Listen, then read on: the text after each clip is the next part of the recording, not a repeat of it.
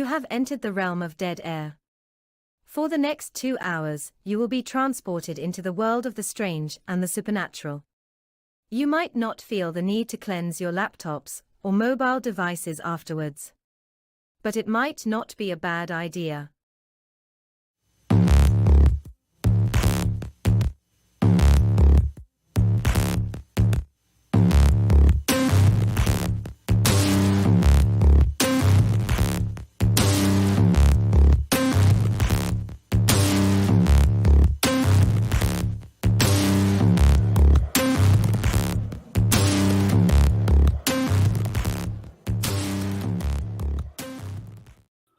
It's beginning to look a lot like up north. Freezing. I'd like to welcome out. those of you who are watching the Cowboys-Packers game to our live broadcast tonight, seeing as we had to pull away from that this evening. Oh, So, well, welcome you to you all. you can't even say TiVo anymore. You just rewind it back. It's going to play streaming right afterwards again anyway. Good evening, everybody. I'm still watching Patriots 2014 highlights. Okay? Living the highlights. Yeah, living. That's what living I got. Living in the past, Ken. Got Good evening, everybody, and welcome to Dead Air Live on the Dead Air Full Spectrum channel at our Sunday night show, 8 p.m. And thank you for joining us. We are simulcast with KGRAdb.com, KGRA on Facebook. My name is George Lopez. With me is Mr. Ken DaCosta, and we are here to entertain you guys for the next 2 hours with incredible guests and topics. And we thank you guys in the chat for joining us. Some of you very, very early before we even got on air. Saw you in there already checking in with us, and we appreciate that. It is cold down here. It's going to be 32 on Wednesday. It's been in the 40s, I think, since December. It's just not changed. So we're just going through. I mean, I like it. I'll complain about it, but I'll take it over the summer heat anytime. So I'm glad to have that. How are you faring in Rhode Island right now, Ken? You'll complain if the sun is too bright or the sun's not bright enough. We're doing okay. I mean, we are in a spate of rain. We're actually having some flooding issues here in the state with certain low-lying areas and those who are next to the ocean. We don't have a problem with that right now, but it's wintertime, and here we are. Hello, everybody in chat. It's like, good to see you tonight. Good to see you. We got exciting show tonight. And there's a lot to talk about tonight, George. And different because, you guys know us, mostly as the ghost guys, paranormal investigators. But, we talk and it's called, what's the name of the show again, Ken? Dead Air Full Spectrum.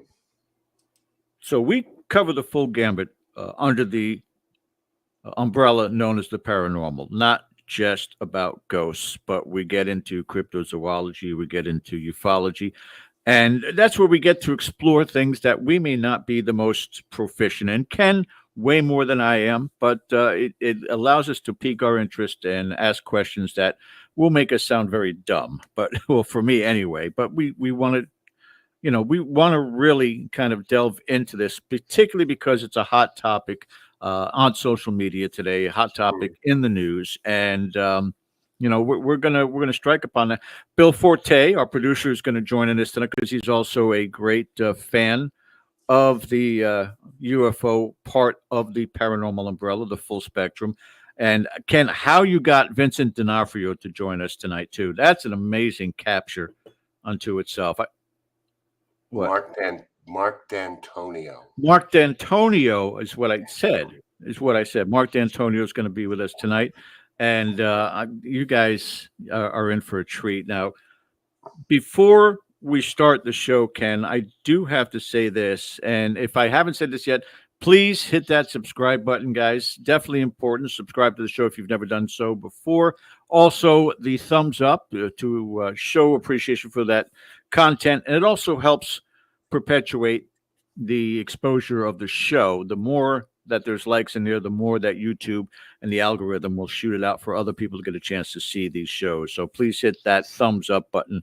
And finally, the most important, the reminder bell, Ken. Very important. And it lets you know of the upcoming content on the show. So that's important as well. Ken, and speaking of content on the show, extremely strange. I hate the fact that you have become a better video editor than me over the time that you've been doing this show. Oh my God, it's just incredible. Cursed movies was mind blowing. Things I'd never even had heard of before, and movies that I did hear of that were cursed. Some of the stuff that you dug into on top of that was just incredible. But the Thank you. timing, the editing, all the example pictures that you put on with it that went along with what you were saying, just well done, sir. I applaud you. And if you Thank you so much. do it out, definitely. I truly enjoy that. I love finding these bizarre stories that are scary, funny, compelling, make you think a little bit, because we all know that reality is weirder than fiction. So thank you for that. And, it's up right now on Dead Air Full Spectrum YouTube channel and X, or Twitter for us old timers. So give it a listen, give it a look. And I appreciate that. Love doing them. This is going to be a great show tonight because we have a great guest that we're going to welcome back. We haven't seen him in a while. And for those of you who are kind of following this along, it's been a banner week for the UFO community. There are three stories that we're going to talk a little bit about tonight. One of them concerns an incident in Miami that is gone viral. So we're going to discuss that. And then we're going to move on to the Jellyfish UFO video that has also gone viral. And we'll kind of take a little bit of a deeper sort of forensic look in that, which is right up the alley of our guest tonight.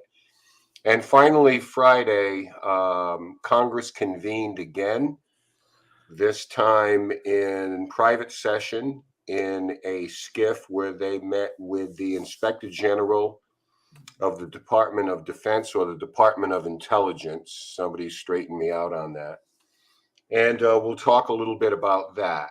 But without further ado, we want to bring in our guest tonight. Now, Marc D'Antonio has a degree in astronomy, and he's the host of SkyTour Radio right here on KGRA, so give that a listen. He's part of the family.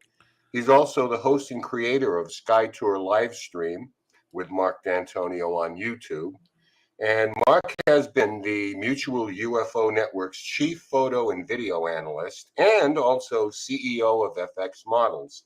And this is a company specializing in digital and physical models and organic special effects in the film industry. You have seen him on a plethora of shows commenting on the phenomena of UFOs, particularly, as we mentioned, the video and photographic evidence that people put forward. So this is exactly the gentleman we wanted to talk a little bit about with what's going on out there. So without further ado, let's bring back our friend Marc D'Antonio to the show.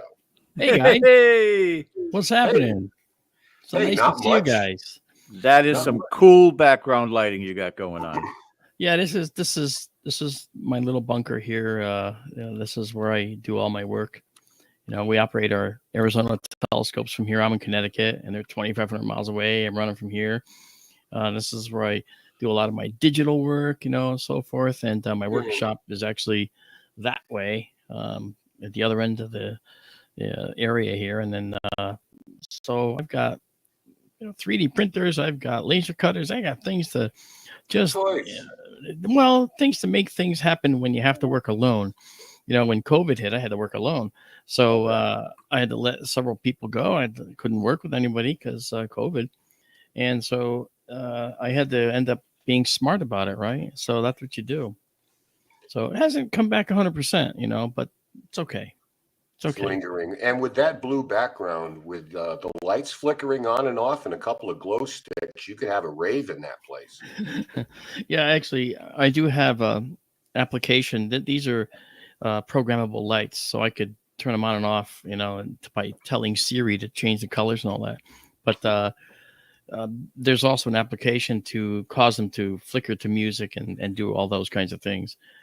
I try to stay away from it, though, because you just get lost in that if you do it. Well, the thing is, throughout the pandemic, Siri was always there. That's right. That's right. Siri and Alexa, we salute you. Thank you for being there for us. But looking So, at you, George, what do you want to get into tonight? Ooh. He was talking to George. I'm talking to George, yeah. What do I want to get into tonight? Yeah. Gosh, it's been weird in Florida. I grew up and lived predominantly in South Florida, about a 45-minute drive from Miami. I worked in Miami. Actually, last week I was talking to Ken about meeting O.J. Simpson at a 24-hour club that I worked at, right just down the street from Biscayne Bay. And so everything that went newsworthy over these last couple of weeks was very familiar territory. I'd been to the Biscayne Mall. The place is just beautiful, incredible. But nothing could be as incredible as what transpired. Again, I want to say about 2 weeks ago, but it has been nothing but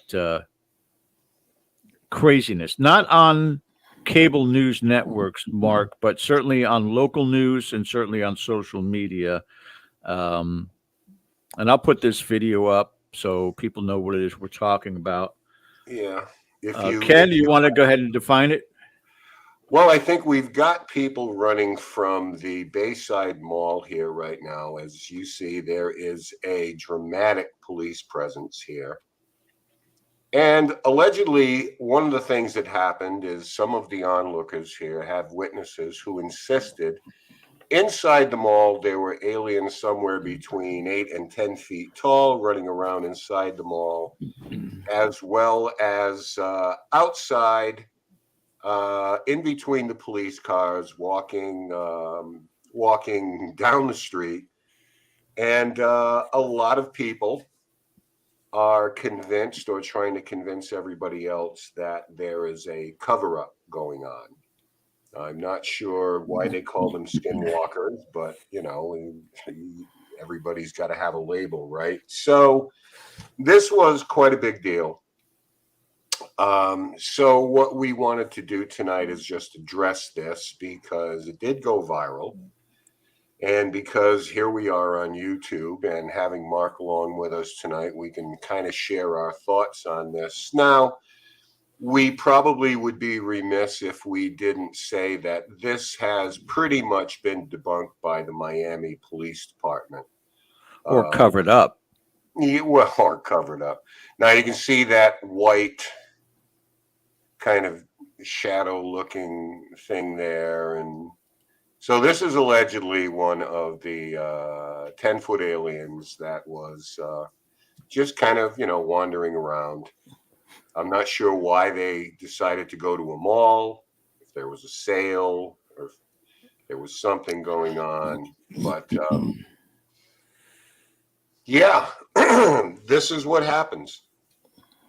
And again, the debunking part of it, where the story came into play, which makes, of course, more sense. It's more logical. What the explanation was that there were about 50 kids. And again, this was New Year's.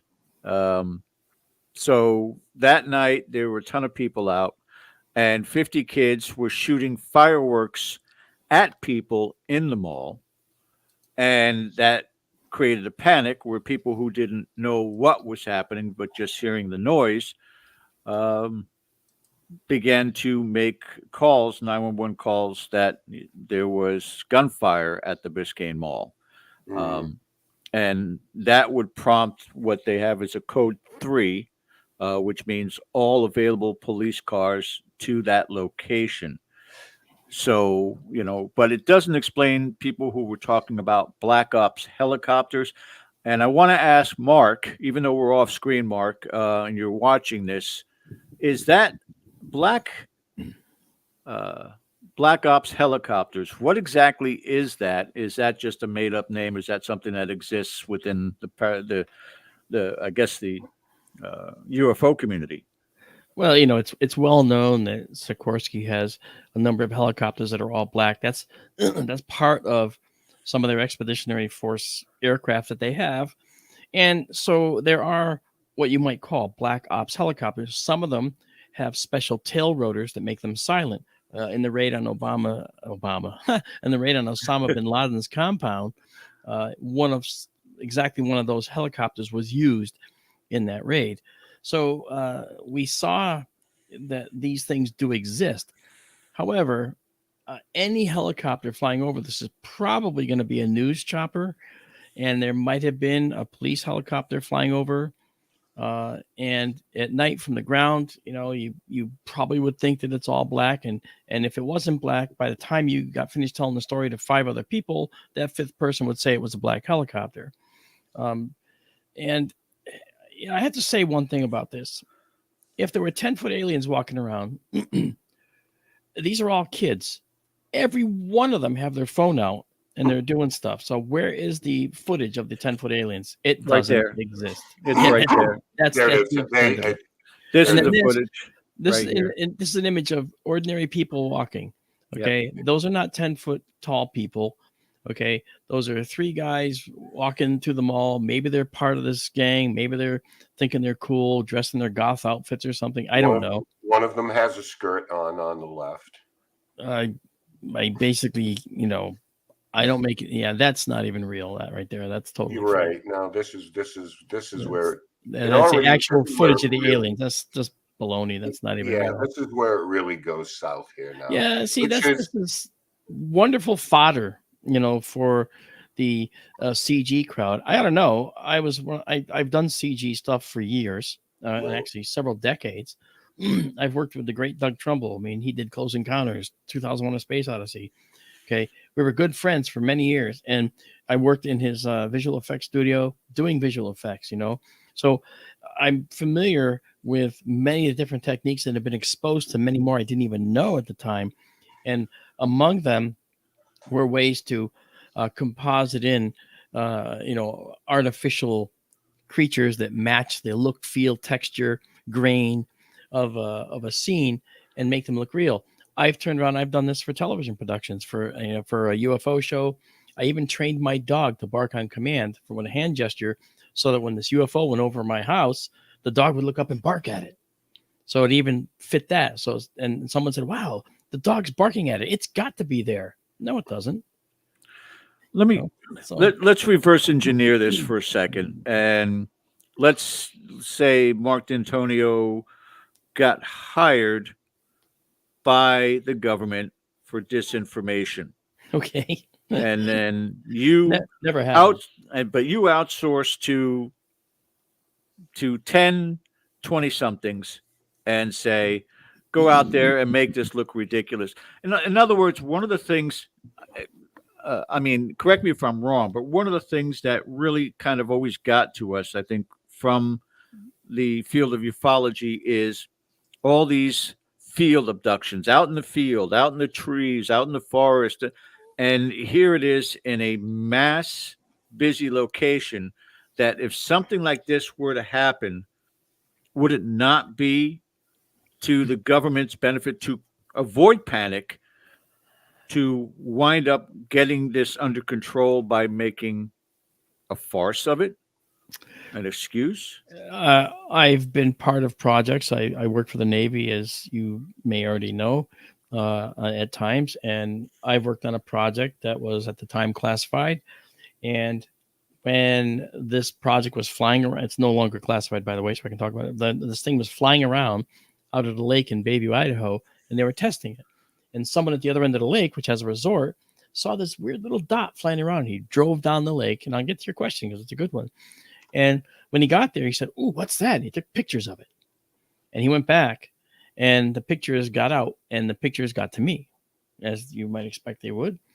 And I looked at it and went, oh gosh, this is where I have trouble, because I'm working on a project that I can't discuss, but I know what this thing is. Yet I am MUFON's chief photo and video analyst, and I kind of defer to MUFON over other things. So I called the program office and I said, hey guys, you got to release something saying that this is one of ours flying around out there in Bayview. Because if you don't, this could be a problem. And they said, let them, it's a UFO, right? Yeah. Let them think it's a UFO. And I went, okay. And then here's what will happen tomorrow. That guy, thinking he's caught a UFO, goes back and gets 10 of his friends. They go down tomorrow and they say, wow, look at that UFO. And then more people come back. And by the time the end of the week arrives, you'll probably have, say, conservatively 25, 35, 40 people. And they're all going to take pictures. And I used to call it the birdie. That was the nickname, the birdie. I said, they'll all take pictures of your birdie doing something you don't want them to see sooner or later. And then they heard, it was quiet. On the other end of the phone, they said, okay, we'll send you a statement. And so the very next day, I got an email for public release, a statement on this was one of ours that we're testing out there, a new system. And I think they called it a reconnaissance system in the email. I can't remember. Because then people don't care. Yeah, and then as soon as I released that, everybody went home. Damn, it's not a UFO. All right, let's go home. I don't think we can. We can't wear our alien glasses now anymore. Okay, yeah, it doesn't fit. Go home. Tinfoil hats, right? And they went home. Okay, so yes, the government does use this. To your point before, the government does use these events sometimes to their benefit, except in cases where it won't help them but hurt them. In this particular case, look at 75 cop cars were there. The supposed alien walking around on the sidewalk outside the building. Not one cop telling it to hold still, halt, or I'll tase you. And not one report from police officers saying, you should have seen this 10-foot alien. Not one. Now you think, wow, they were gagged. No. Yes. They weren't gagged. Sure they were. You had news crews there. Where are the news crews? Where's this? Come on. No. That didn't happen the way it was been portrayed. It's getting legs, okay? It's growing legs it never had. That's in my view. And nothing that I've seen, absolutely nothing in video that I've seen from this incident is anything out of the ordinary other than the fact that so many police were there, excuse me, and so many kids were running amok, setting off fireworks. And they didn't know the difference between this and a terrorist attack. So all hands on deck, code 3, lights and siren, we're going down to the mall. Come on, everybody goes. That's let's remember, Mark, where we are. Because in Florida alone, you had mass shootings, as we've had all over the country. The Pulse nightclub, Marjorie Stoneman Douglas High School. So at first, even if it's misidentified, fireworks, it sounds like gunshots. Yeah. I mean, they are just going to absolutely come out of nowhere and everywhere at the same time. It's just kind of like Occam's razor a little bit, but the simplest answer is usually the right one, and so I think that's what happened here. I've had experiences I can't explain. Okay. I've had experiences at sea on a submarine when I was not a sailor, but a guest on a boat that I can't explain. I took those observations to a member of the Joint Chiefs when I worked for them at a certain point on a project. And they admitted that the program is real for tracking these things underwater. Okay. Now, that was decades ago. That's plural, decades ago. Okay. So these things are here. They've been here. There's a lot going on in our oceans. And I always said they go where we are not. Okay. So they are here. I don't doubt that for 1 minute. Okay. But I will say this. The data is really hard to come by. And people say, well, why? Why is it so hard? Why can't someone get a good picture with their camera, get out there with their iPhone or whatever, take a good picture of this thing? It's got to be easier than this. And the answer is, it would be if they were using conventional means of travel, but they're not. No. No. And I do a lecture now around the country that's very well received. In fact, I did it in Edinburgh at a UFO conference there, and some of the people were so astonished by this that one guy, a cowboy, a Texan, gave me his cowboy hat. Okay, that's a big thing, and he gave me his cowboy hat, and I said, "What's this for?" He goes, "Because this," and he puts it on my head. He goes, "Because that puts it all together for me. Now, when someone asks me how they could possibly be here and we don't get any clear pictures, now I know what to tell them. It literally fills in that last gap. It's like more of a gaping hole between are they here and they're here, but how come we don't see them?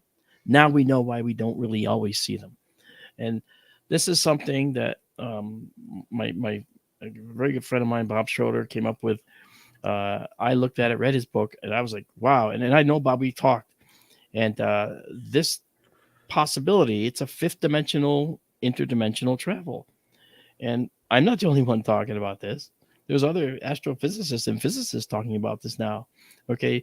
And what's funny is in Grush's testimony, the word interdimensional came up several times in terms of how they travel. And I was like, I know exactly what they're doing. Why do you think they're round? They're particle accelerators, and they're actually making particles that keep them out of our X, Y, and Z moving through time, our dimensions that we all live within. They can slip out of it and go into this fifth dimension. And once they're in that fifth dimension, they oscillate back and forth between the fifth dimension and our dimension. Okay. I know it's a lot to take in, but imagine this. If they do that really fast and go back and forth, back and forth, back and forth, then they're not really here and they're not really there. So they could go into the deep ocean and just sit at the bottom of the deepest trench, and they wouldn't feel the pressure because they're oscillating back and forth. It's an automatic process. They don't even have propulsion. They just have the oscillation. And when they punch out from our four dimensions, they come back at a different entry point. And that's how they move from point to point. Just a reminder for you, Mark, though, that the mall in question that this will occurred is in Biscayne Bay, right by the water. Well, there's not a whole lot in Florida that's not by the water, right? I mean, all the big cities, except for Orlando. Yeah. Try somewhere let your land base. It seems like an eternity to get to the beach. Yeah, well, Florida's a giant sandbar. Yeah. Okay. For the most part, yeah. Yeah, and I agree. I just think that in all of this, if there were kids running around the mall and there were 10-foot aliens there, do you not think that every single one of them would have pulled out their phones and started filming, and now not one single piece of footage exists? Somebody said mass hysteria, and I think a portion of it would be in the sense of something really, and I believe I'm 100% subscribing to the fact that it was just you're firing off fireworks in an enclosed space. People don't know if it's fireworks or whether it's gunfire. Everyone's going to panic. No one's going to take a picture of the kids firing off the fireworks. No one's going to take a video of a actual gunman taking it. Most of these people are going to scramble and not think about collecting evidence. Right. Same thing would happen in the aspect of an 8 to 10 foot tall skinwalker or alien or whatever you want to label it as appearing is going to freak people out. And if the first people in 10 to 20 to 30 feet within this occurrence start scrambling, everyone does it. We've seen videos about this. Somebody who runs around the corner and everybody starts going after, thinking it's, there's somebody coming after him, and we don't want to get caught in the crossfire. It's just that fight or flight, and majority of the time when it's that large, it's flight. People are going to leave. Yeah. People won't take videos of something that is not that interesting. Yeah, I don't disagree.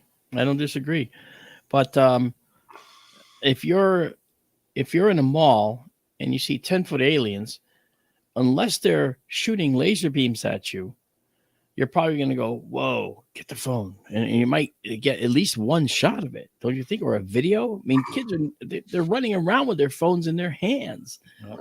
It's not going to be something that they forget to do, because they're young and they have these spontaneous capabilities to just do something fast and get it done. And so they would actually probably pull out their phones. In fact, I think I'd like to take some young kids on a a UFO expedition and just turn them loose and see what they come up with. I bet you they'll come up with Right. a lot more than any of us here. Right.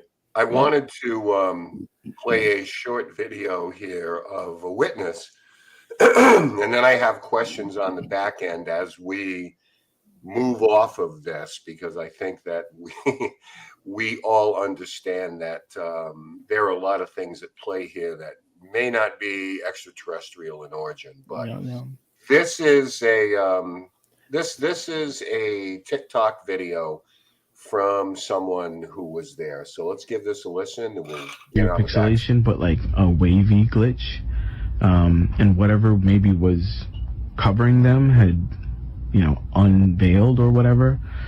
Yeah, it looked like a glitch, man. It like a weird glitch in the Matrix or whatever, and then you could see it in its full form, all three of them, and then you know, they were all black. You saw eyes, and you could faintly see like lips, but yeah, I was about like 20 feet away, because obviously everybody gave it distance, right? And you know, they're tall. My brother like immediately said, "Yo, let's go." He grabbed me by the shoulder. We bolted out of there. And for anyone that's like saying, you know, where's the footage? Where's the footage? Yeah, I know. I don't have any footage, and I'll explain why. Because like when I saw it, I was in complete fear. It was something that I completely froze, man. I don't care if I sound like a bitch about it. Like, Okay, so a couple of things there. 20 feet away is double the distance from me to the wall behind me. That's not very far. Not everyone, I would imagine, if you're talking literally hundreds upon hundreds of people, not everyone would panic, as we've talked about. Somebody would get a picture or a video of this. Somebody would. The law of averages said that they would. So now we're talking about interdimensionally now. He comes up with this glitch. They're kind of glitching, like in the Matrix, which fifth dimension.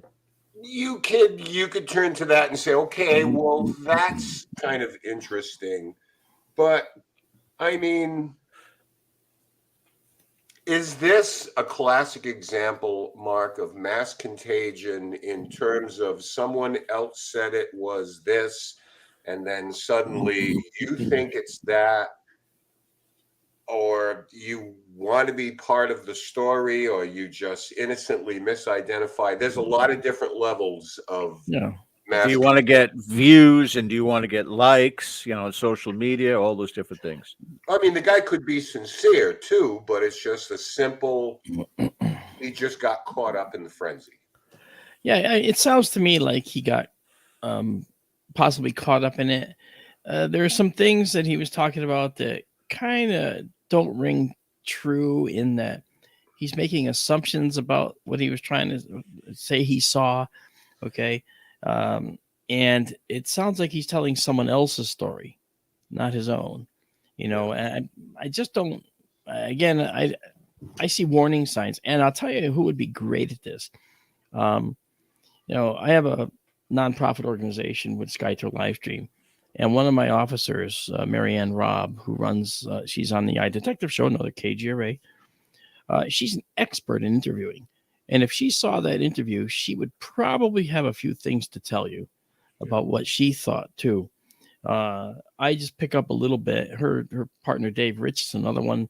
They're both experts in interviewing and detecting when someone is being untruthful. And to me, it seems like this guy is mixing some truth with some potential fiction here. And she would be able to tell you the more. I'm not a psychological interviewer kind of guy, so I can't speak to it as if I'm some expert on it, because I'm not. But I'm just telling you from my experience talking to people who say they've seen UFOs who really didn't. I've picked up on some things over time, but I'm not nearly as expert as an interviewer who is a professional at sleuthing out the truth. Do you think that this may be a case in some people, not necessarily in this one individual, but a lot of people, when they recall these things, it's from placed memory. And I'm not talking about under regressive hypnosis or anything like that. I'm just talking about, excuse me, simply remembering something that you saw in a movie or on television and applying that to what you believe is your reality. That kind of place memory. That does happen. And, I did this experiment actually with people where I was teaching a boot camp out in the Arizona desert, and literally at the site of our current observatory out there. And there were 35 people, and I built a drone that had an extremely bright light on it. I took it up quietly at dusk, and I went out a quarter of a mile away from everybody. I turned around, went way up in the air, turned on the light, and waited to see how people reacted. Now, I was on the other side of the buildings on the property running this drone, and I was starting to bring it closer and closer and closer and closer to people, changing altitude all the time, swerving. Everybody, to a letter, everyone said like 35 different assessments of what they saw, and they were definite about it. That's got to be 100 feet up. That's got to be 1,000 feet away. That's a mile away. That's an aircraft. I can see the other lights, but there were none. They were seeing things that weren't there because they expected them to be there. That's another problem. Okay. And then as I got closer and closer and closer, I came down to about 50 feet above the desert floor, just above the saguaro cactuses that were out there. And they're looking at the thing. And finally, one person says, "That's a drone. That's a drone with a bright light." And then the next thing I hear is, "Mark." Yeah, they knew I did it. And then it was up. Something similar happened in Roswell a number of years ago when they brought a group of, I don't know, maybe a dozen people in there. Yeah. And this was about witness recall. So they brought them in there, and they're bringing them through what they call the crash site. And it likely wasn't.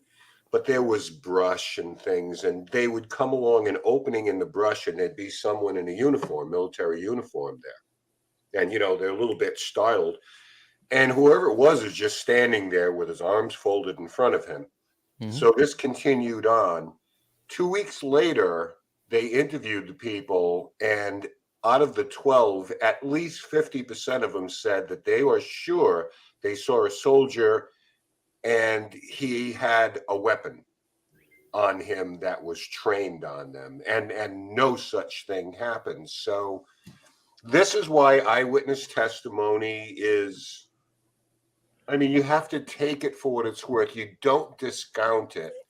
But right. By the same token, we tend to add things, especially over a period of time. Yeah, no, but you can't mistake fireworks going off in an enclosed space for aliens. It's one or the other.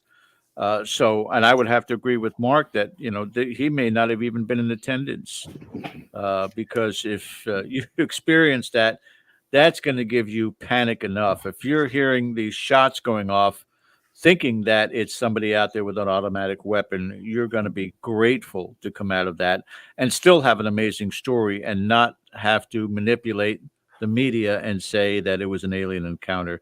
Yeah. Some of this just doesn't add up. Yeah, I wasn't, and for instance, I wasn't saying that this guy was like just outright lying for fame and fortune. Sure.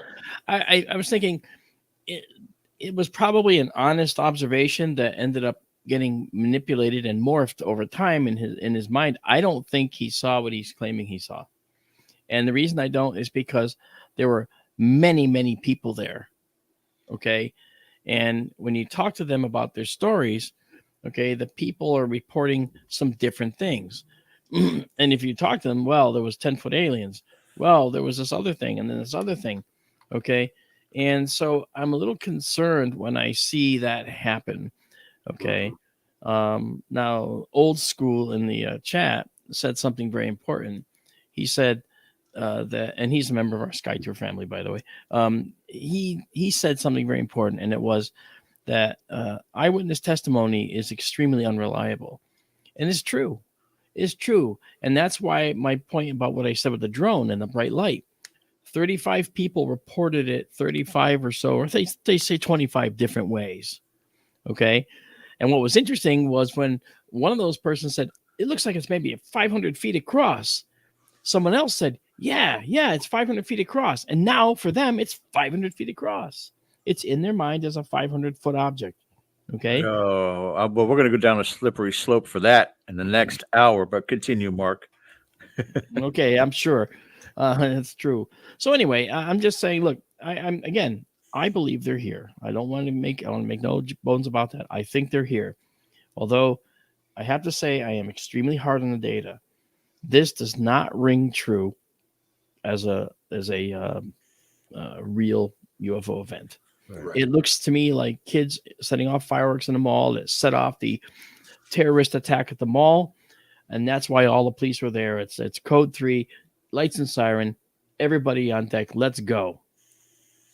You know, I think that the thing that can be upsetting, if you allow it to be, is not so much these witnesses. They may be caught up in something, but subsequently the photoshopping, the TikToks and everything. And it can be frustrating for me. It's just kind of like when we're investigating the paranormal and people jump to conclusions because they really want it to be. Yeah. And what happens is the general public, who we try to reason with and be objective with, and try to tell them, as you are, listen, I mean, these things do exist. The problem is when the public views this type of stuff, they immediately just laugh it off like, not more nutcases, and paying way too much attention. I mean, we're into this for 40 minutes tonight ourselves, and I can't wait to move on to the next thing, to be honest with you. Let's do that now, because I definitely want to cover this part of it, because Mark has an interesting take on this too that we've not even heard yet. So Ken, you want to go ahead and just cover this video as no audio, what it is that we are seeing? Yeah, in case you haven't seen this, now this is a videotape on thermal imaging camera. I'll try to make this quick. This is over a U.S. military base in Iraq. And it was taken, I believe, in 2017. And we're going to show you the apparatus which captured it. So this flew over the base. And according to witnesses there, and we'll show you a picture of one of them, is a Marine who came forward. For the longest time, this was called the base ghost story. And he was amazed that this was actually leaked, because they were aware of this for a number of years. According to witnesses, they couldn't visually see it. They couldn't see it with night vision. They could only see it on an MX-20 camera. We'll show you a picture of that. That was tethered to a balloon. Aerostat. Yes, thank you, Mark. An aerostat balloon. And so there's much to get into here. Here is another clip of it allegedly over water. Okay, and there are more details that we'll get into here a little bit. But if you haven't seen this, this was quite a thing. And Jeremy Corbell, who is a researcher and a filmmaker, there he is.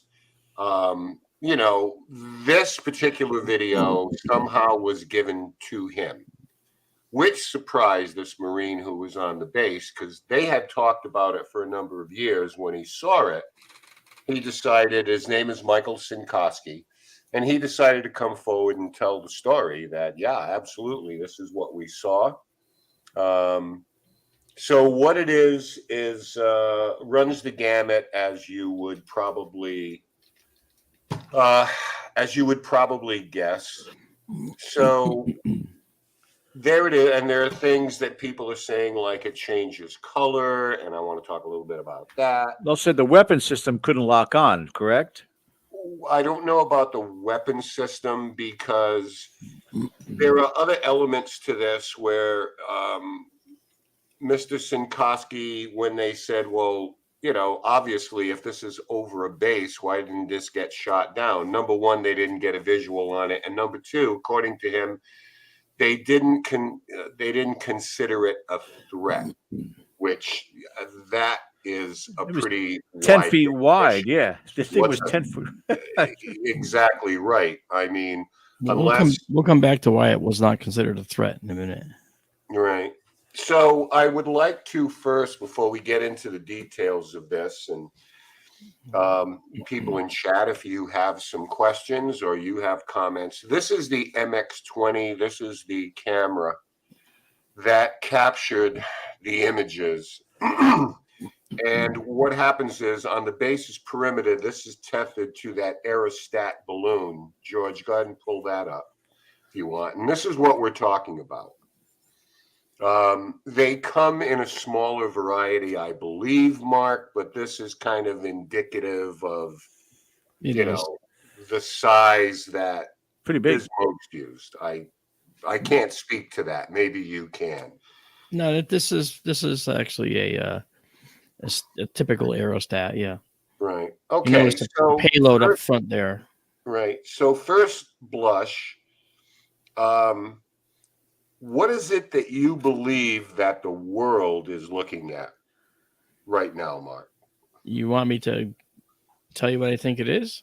Yeah, I mean, there are some things that I'll probably push back on, and maybe between the two of us here, we can make some sense, and then George jumps in, and maybe between the three of us, we can make some sense. Okay. Well, when I first saw it, I was asked to analyze it. I've been looking at it for several days now, and I am embarrassed to say I didn't figure it out right away.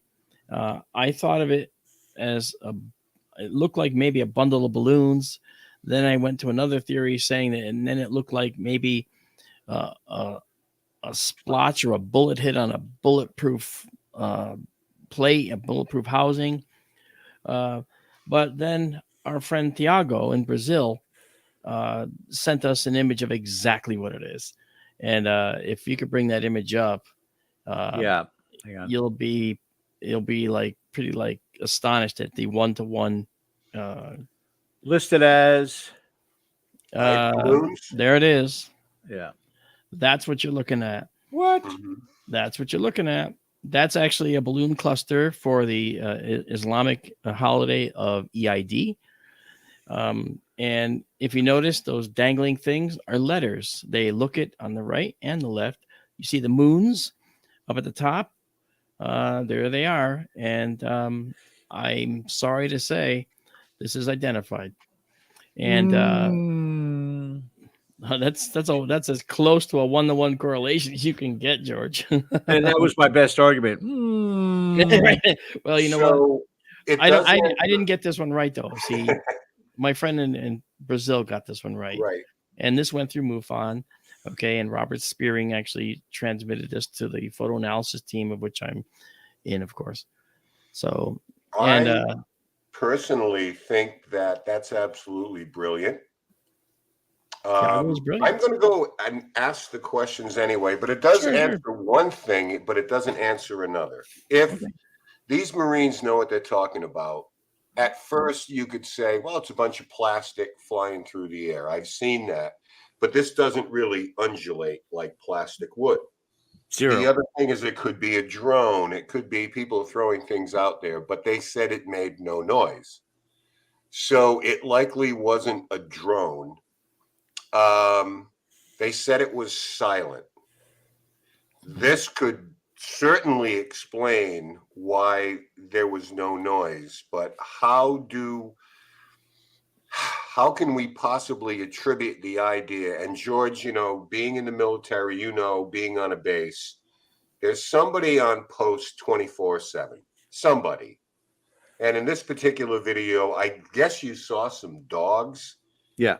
And some of the soldiers there.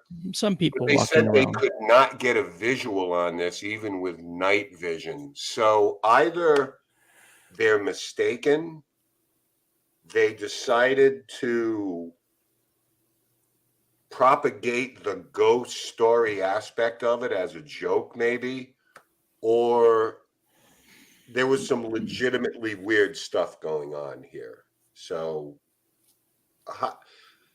I don't know, Mark. What do you think about that? What category are we falling into there with these soldiers here? Okay.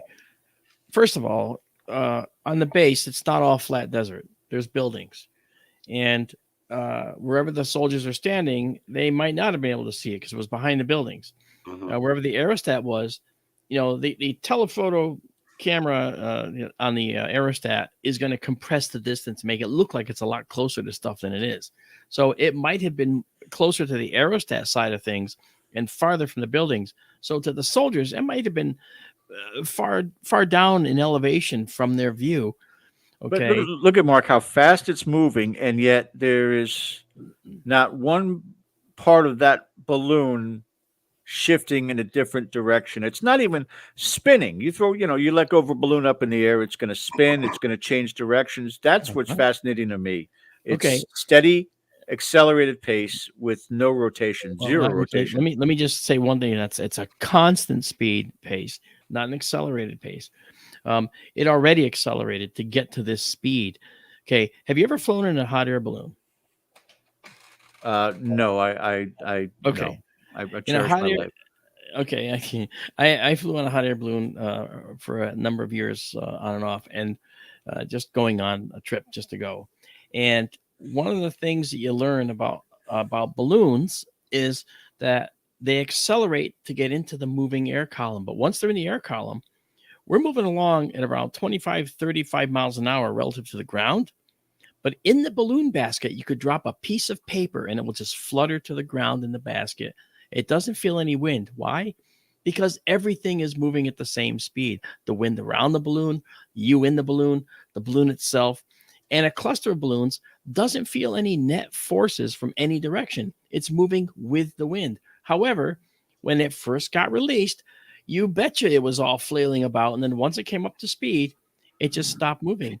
And that's why balloons like this will never look like they're moving, because they're moving at the same speed as the air all around them. There's no forces moving these other parts of the balloon around. Well, I like the idea that we can eliminate some of the initial debunking. This was a smudge on the camera, which I thought it might have been, actually, and I was wrong about that. But when they pan back and show it at a distance, the size changes. And you're seeing a zoom. You're seeing a zoom of the field for a lot of the time. Then when they show you the full field, okay, it's on an aerostat. The aerostat is also moving a little bit in the sky, and that could have explained it being a smudge.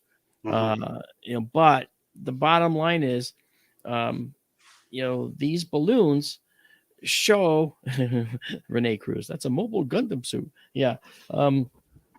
I wish it was actually Renee. Renee is one of our SkyTour family. So honestly, when you look at this object and you say, well, what's going on with the infrared? Okay. The camera only sees heat. It does not see visual information like you see it. It only sees heat, temperature. Okay. So if you look at this object moving across, you see it change color. Right? You say, oh, why is it? What's happening? Is it getting cooler and then hotter? No. What's happening is the infrared sensor is normalizing the view based on all the temperatures it sees. And it's taking the value of whatever is in the background, correct? And then it's adjusting the foreground and whatever to match so that you see everything at once. I have a drone fleet here, and one of them is an infrared system that I made. Okay. It does the same thing. And so it does cause really strange artifacts. Sometimes the thing you're looking at looks like it can disappear because it reaches the same temperature as the surroundings. Then all of a sudden it's gone. Where'd it go? Like with the Agua Dia incident, you see this object moving through the sky. I analyzed that one, and Rich Hoffman and folks at the SCU were all good friends, but I felt strongly that this was actually a Mylar balloon. And when the Mylar balloon went over the ocean, it didn't actually reach the ocean, but when you saw it with the ocean in the background, the balloon was around the same temperature as the water. at the surface. So the balloon kind of looked like it was going away a little bit. And they said, well, it's going into the water. Look, it's leaving a wake. It wasn't leaving a wake, in my view. It was actually just the camera trying to figure out what is the balloon and what's the water. And not knowing, it kind of puts pixels everywhere and you get a trail. I recreated that exact process with my pickup truck coming up my gravel driveway at the time. I had my son, who didn't have a license at the time, drive it. He loved it. Okay. He's like, I get to drive Dad's truck. So he goes up the driveway and I'm up in the air with the drone at like 300 feet. And I'm watching the truck come up. And as it comes up, the back end of the truck is at the ambient temperature of the stones in the driveway. All of a sudden, it's just a cab driving up my driveway with a large wake behind it, a turbulent wake behind it. Did my truck enter water? No. It was just because we're looking only at heat. We're only looking at infrared energy. We're not looking at the visual stuff you see with your eyes. So when people look at infrared imagery, they're seeing a conversion from pure infrared energy to something you can make sense of with your eyes. And that leads to seeing some really strange artifacts on these videos. And I think that's exactly why that thing turned light gray from dark, because it, as you were said, it was normalizing the background heat that it found. It was probably warmer. And so it normalized and made this thing lighter in the foreground and the buildings in the background so they could be seen. Right. Mark, that. Yeah, Mark, George. you're either incredibly smart or incredibly rich or both. I mean, the technology and the test that you are doing helps to clarify it for a lot of us laymen out there. So I appreciate that. We are not a rich guy, George. I can tell you that. Well, astronomers aren't rich. Let's be fair. We're going to poke your brain for another hour here, but we got to go to break right now, guys. We're at the top of the show. 3 minutes. We'll be back with Marc D'Antonio, possibly our producer, Bill Forte. You were watching Dead or Live on the Dead or Full Spectrum channel. Don't go anywhere. We got somebody from Lisbon visiting also. Lisbon, Spain. Nice to see you. Oh, go ahead. God. Yeah.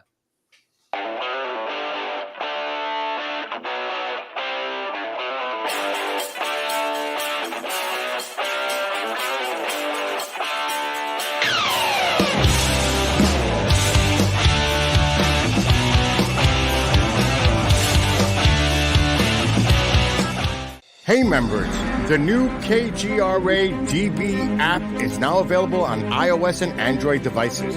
Gain on-demand access to any KGRAdb programming. Download any show directly to your mobile device to listen or watch on the go. Go to the App Store and search KGRAdb.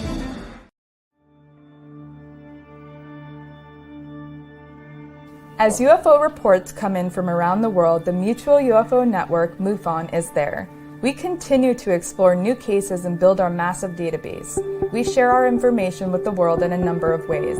If you'd like to be part of our investigative team, you are always welcome. What could be more exciting than exploring the UFO question firsthand? Join MUFON, find your friends.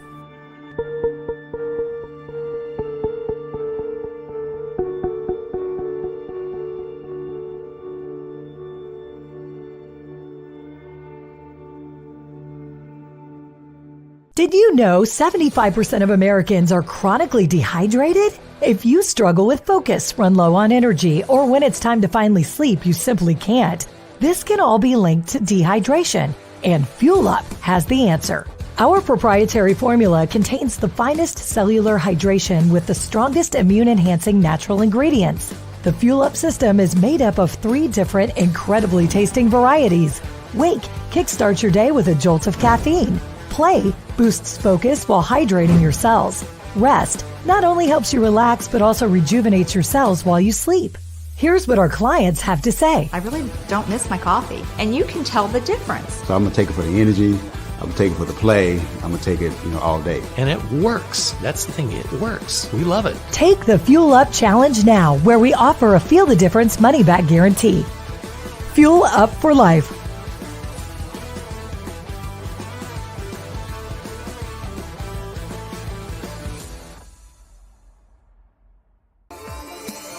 You're listening to the KGRA Digital Broadcasting Network.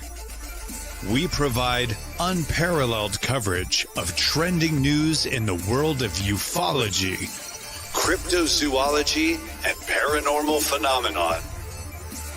Whether you're watching our video live stream or listening to one of our audio programs, you are getting the best from world-renowned researchers and hosts, guiding you through topics the mainstream won't touch. Miss one of your favorite programs? No problem. Head over to the members area at KGRAdb.com for access to our massive library of award-winning content. Make contact, stay connected, only at KGRAdb.com.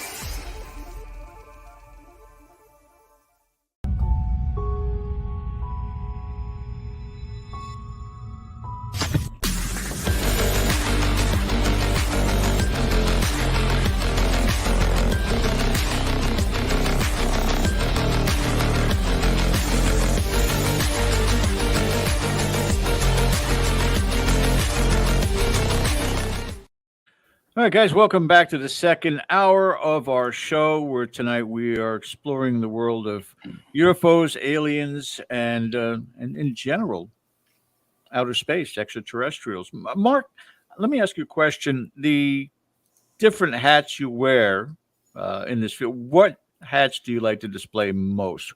What would you say is right now, your most active parts of the field?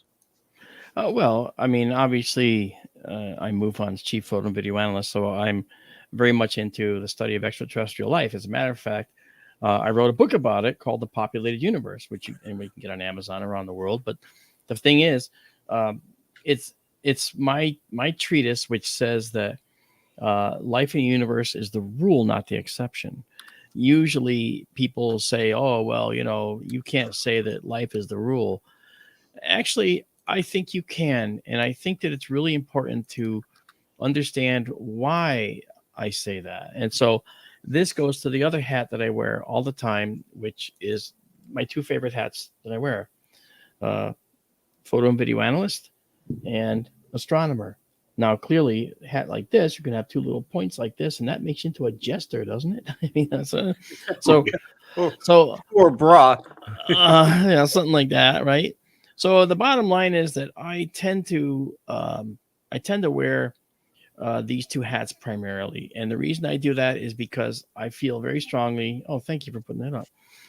I feel very strongly that life in the universe is indeed the rule, and that we would probably benefit from looking at how the universe creates life. And there comes the astronomy again, right? We're carbon-based beings. We're bilaterally symmetric, the same on the left and the right. Every single life form on this planet shows symmetry of some kind. Tulips are radially symmetric. We're bilaterally symmetric. A lot of the upper animals are bilateral. Salamanders, bilaterally symmetric. Monkeys, bilaterally symmetric. Okay, platypus, bilaterally symmetric. Okay, they all have these evolutionary tracks where they went all along the way to change themselves into something else. What was that? Well, that was evolution. What's evolution? Evolution is a mutation followed by adaptation. Now, the mutation could be in the form of the sun with its ultraviolet radiation that it puts out, and this ultraviolet radiation, we responded as creatures by changing, by giving birth to offspring that were slightly mutated. And if that mutation favored continuance, it would continue. Otherwise, if the other mutation didn't, it would fade slowly away. Okay. You're talking cellular survival. Effectively, yeah, kind of like that, yes. Yeah. So when we talk about that, all right, we're talking about a survival mechanism that we are not in control of. This is something that's just systemic, built in. And as carbon-based beings, all right, we are very heavily reliant on both sodium and, more importantly, on oxygen. Now, if you look at the abundances of elements in the universe, carbon is the fourth most abundant. Oxygen is the third most abundant, even more abundant than carbon. And then you have helium, and then, of course, hydrogen. And hydrogen oxygen, carbon. They all fall into the concept of DNA. Nucleotides are made of all kinds of complex molecules made of these different elements. And so, in a sense, it's been my theory, and I told my observatory director when I was getting my degree in astronomy, I said, I believe that it's a populated universe, I said to him. And he says, well, how so? And I said, and I mentioned what I said to you, we're bilateral symmetric, carbon, blah, blah, blah. Okay, abundances, etc. And he looked at me right in the eye and kind of put his glasses down on his nose and said, get back in the observatory and work on your project and leave Captain Kirk to us. Well, but that we've heard for eons, Mark, life finds a way, right? We heard that from Jurassic Park. Yeah, that's right. Putting a close on this Jellyfish UFO video as we move on here. Now, first of all, these videos don't belong to us. Full credit goes to Jeremy Corbell, who these were leaked to. The Marine, I want to pull him up because you're going to be hearing more from this young man. His name is Michael Sinkowski, and he was stationed at the base, and here he is making the rounds. He's on News Nation now. And his position was, this was, I think we mentioned it before, this was the base ghost story that existed for years. And he said he was very surprised when he saw this video had been leaked and given to Corbell, because in his position, monitoring phones aren't allowed in there. So this wasn't like someone in the room monitoring this could take a video on their phone or a snapshot of it. It does bear mentioning that there are a couple of pieces of media coming out. One is a book that we've been promised by Lou Elizondo, and I have my thoughts on Mr. Elizondo.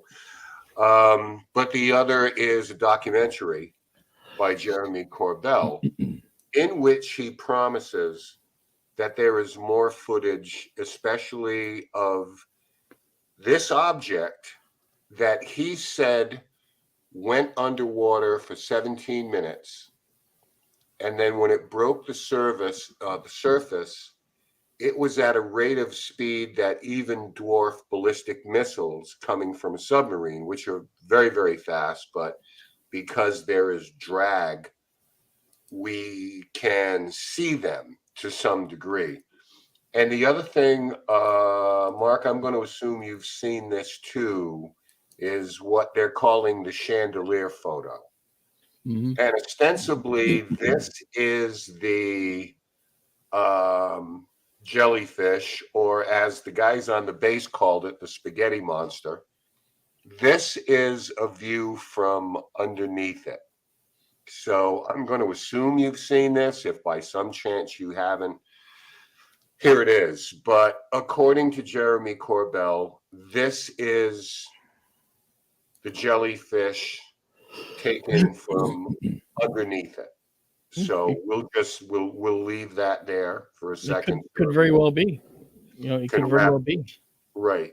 So they can wrap their heads around it.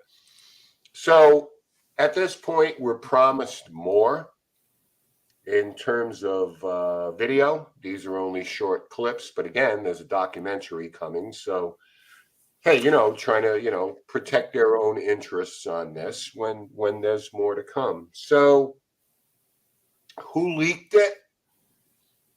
Who knows? Who knows? But this is something that at the base, I don't think they have seen the picture. And I really want to put this up here again, because I have not seen this before. And Mark, I must say, credit to your colleague in Brazil. This is pretty remarkable stuff here. Yeah. I have to tell you too, when you consider that as analysts, okay, we try to be as worldly as we can. We didn't know when it occurred. We didn't know exactly where it occurred. Okay. And when they said it went into the water where? Okay, that's the thing. Okay, you have to figure out where is the water that it went into. Okay, number one, or number three, and then the other thing is, it looks to me like this was something that was rushed out. And I got to tell you, Jeremy and I are friends. We know each other. Every time he sees me, shake hands, hug. Hey, he's a good guy. Okay, very huge kudos to him for getting out there and showing things like this. I really believe that he deserves credit for that. I really do. Now, when he came out with that green triangular UFO, okay, he was going to go on Fox News and talk all about this green triangular UFO with the blinky lights on it. And I called him and left him a message. I said, don't go on Fox. This is not what you think it is. This is an out of focus aircraft, and you're seeing the shape of the iris, okay, that's closed down. And if you look, the flagpole in the foreground in that particular video was in total focus. But this object up there was not, as were also the stars out of focus as well. So he went to it and he did it anyway. And I was like, Jeremy, and I was hoping that would all get forgotten and he could move on. But now this guy, I have to say, again, credit to him for doing this, but I think he wants it to be real so bad. And I agree with him. I'd love for it to be the real thing, but I just don't think that was it. Okay. I think the evidence shows in a court of law, the preponderance of the evidence would point to this being a balloon cluster for the holiday EID under Islamic religion. So the preponderance would say that, and a jury, everybody on the jury would probably unanimously say, yeah, that looks like it. Well, it creates reasonable doubt, which is in a defense what you're looking for. So I'm going to ask you a question. When it comes to people like Leslie Kean, who wrote the article with someone else that appeared in the New York Times about the A-tip things and all, this is how everybody came to know Luis Elizondo. Yeah. Jeremy Corbell, maybe George Knapp, and others like them. Do you consider them more journalists, researchers, or activists? Okay, I know Leslie Kean. We know each other. She's a very nice person and an excellent journalist. Okay. As I said, I know Jeremy as well. And George Knapp, I know him as well. And I would rate them in this order. George Knapp, Leslie Kean, Jeremy Corbell. If I had to rank them in any kind of order, I'd probably rank them like that. I think Jeremy could use a little bit of a temperance when it comes to releasing things until he actually finds out for sure, because no one wants to be embarrassed by these things. And I think that this particular case could stand to be like an embarrassment. I'd like to see him not be embarrassed. The guy's a great guy. I like him a lot. I just wish that he would have talked to me and let me look at it first before he did it. Now, he doesn't have to. At least get someone to look at it, and I don't see that happened here. And I wish that he had. So that's my opinion on it. I know that it's there are people that are thinking, and I'm sorry about that. I like I said, I do believe they're here, but I'm really hard on the data, and this data didn't stand up to the criticism and the analysis. If it did, I'd be right here with you. I'd say, wow, this is definitely that, this is definitely UFO. And like I said, I think that they're using interdimensional techniques to move around, which is why, we see them, here and there and not fully here and not fully there. I believe that, and I think that maybe we're looking at the possibility that the object that was seen could lead to others, that are the real thing. I think this one wasn't it. And that's just my feeling after seeing that. Now, I thought maybe that the housing had some bulletproof glass, and maybe this was actually a bullet strike, because that's also how a bullet strike looks sometimes on bulletproof glass. And then as it turns out that, that in this particular case doesn't look like it was the case. It looks like, like I said, Tiago got it, man. And it comes because we don't have a familiarity of an everyday familiarity with Islamic faith. So we weren't aware of the EID holiday. If we did know that, if I knew that, if other colleagues of mine knew that, we would go down the path of, well, okay, what do they do on those holidays? Let's examine the holiday. And we'd look up information, we'd find information, and maybe we would have found the balloon cluster too. Right. Tiago down there, for whatever reason, he had a familiarity with it, and he was able to really go to town on this. And I guess, like I said, I got to give him full credit for it, because he did a great job. There was an incident when, and I mean, I'm not picking on Luis Elizondo. I am not. But when he was first introduced to the world, when he left and joined, what was Tom DeLonge's group? Beyond the Stars, or yeah. Okay. It's on my head. It's in my head too. Yeah, I know. Okay, but it's almost not worth it. It's almost not something we talk about now, because there's a lot of issues that came up with it that indicated that it's not really holding much promise anymore, unfortunately. No, well, when they came out at some kind of symposium, him, to the stars, by the way, Christopher Mellon, there were a couple of others, and Christopher Mellon gave this showed on the screen behind him something they had captured, screenshot on video that turned out to be a Mylar balloon. Bill clarified it was To the Stars Academy. To the Stars Academy. I just said that, and I forgot that what it was until we just. It turned out to be a Mylar balloon. With the number 1, like maybe somebody's first birthday.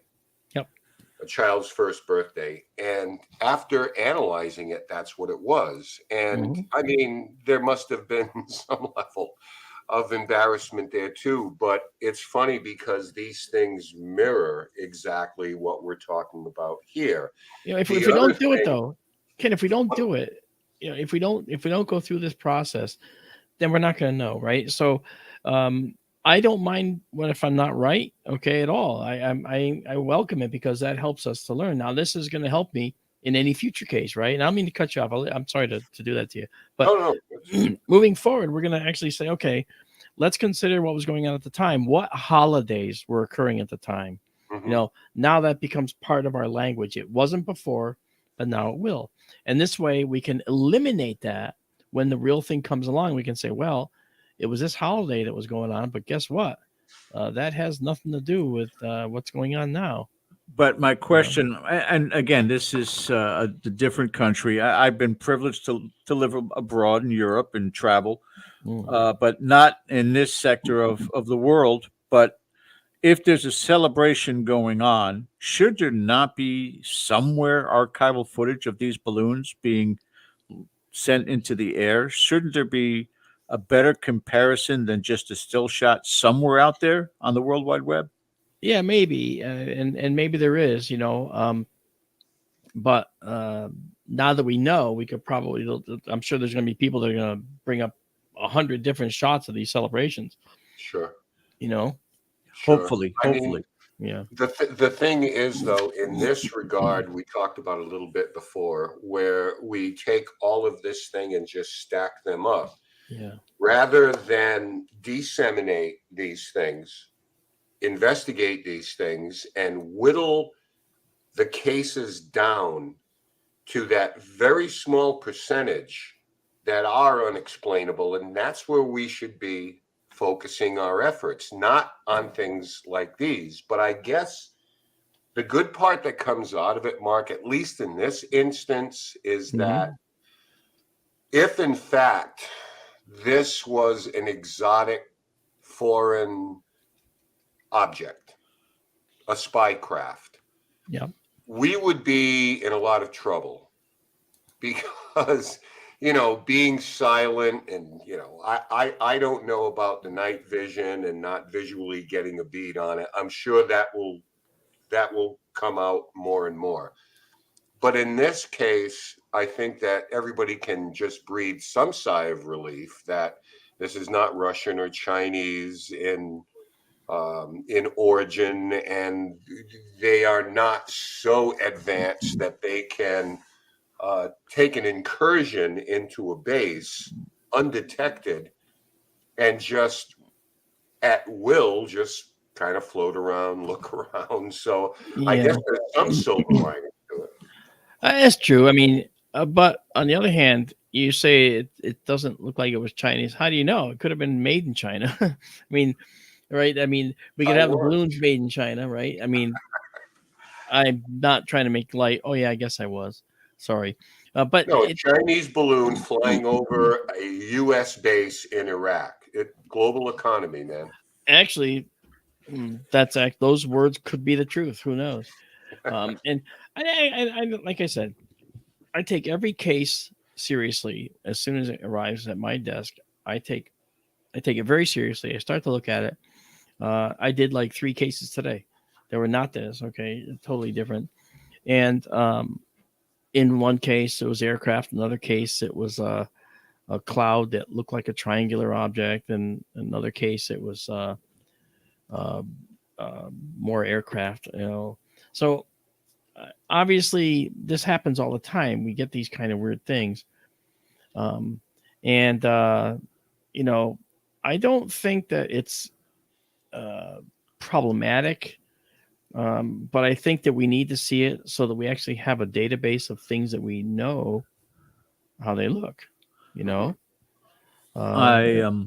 I would like to take this opportunity, Mark, to attack the UFO field based on your own words in the first hour of this show, which was that you can't believe in a witness testimony.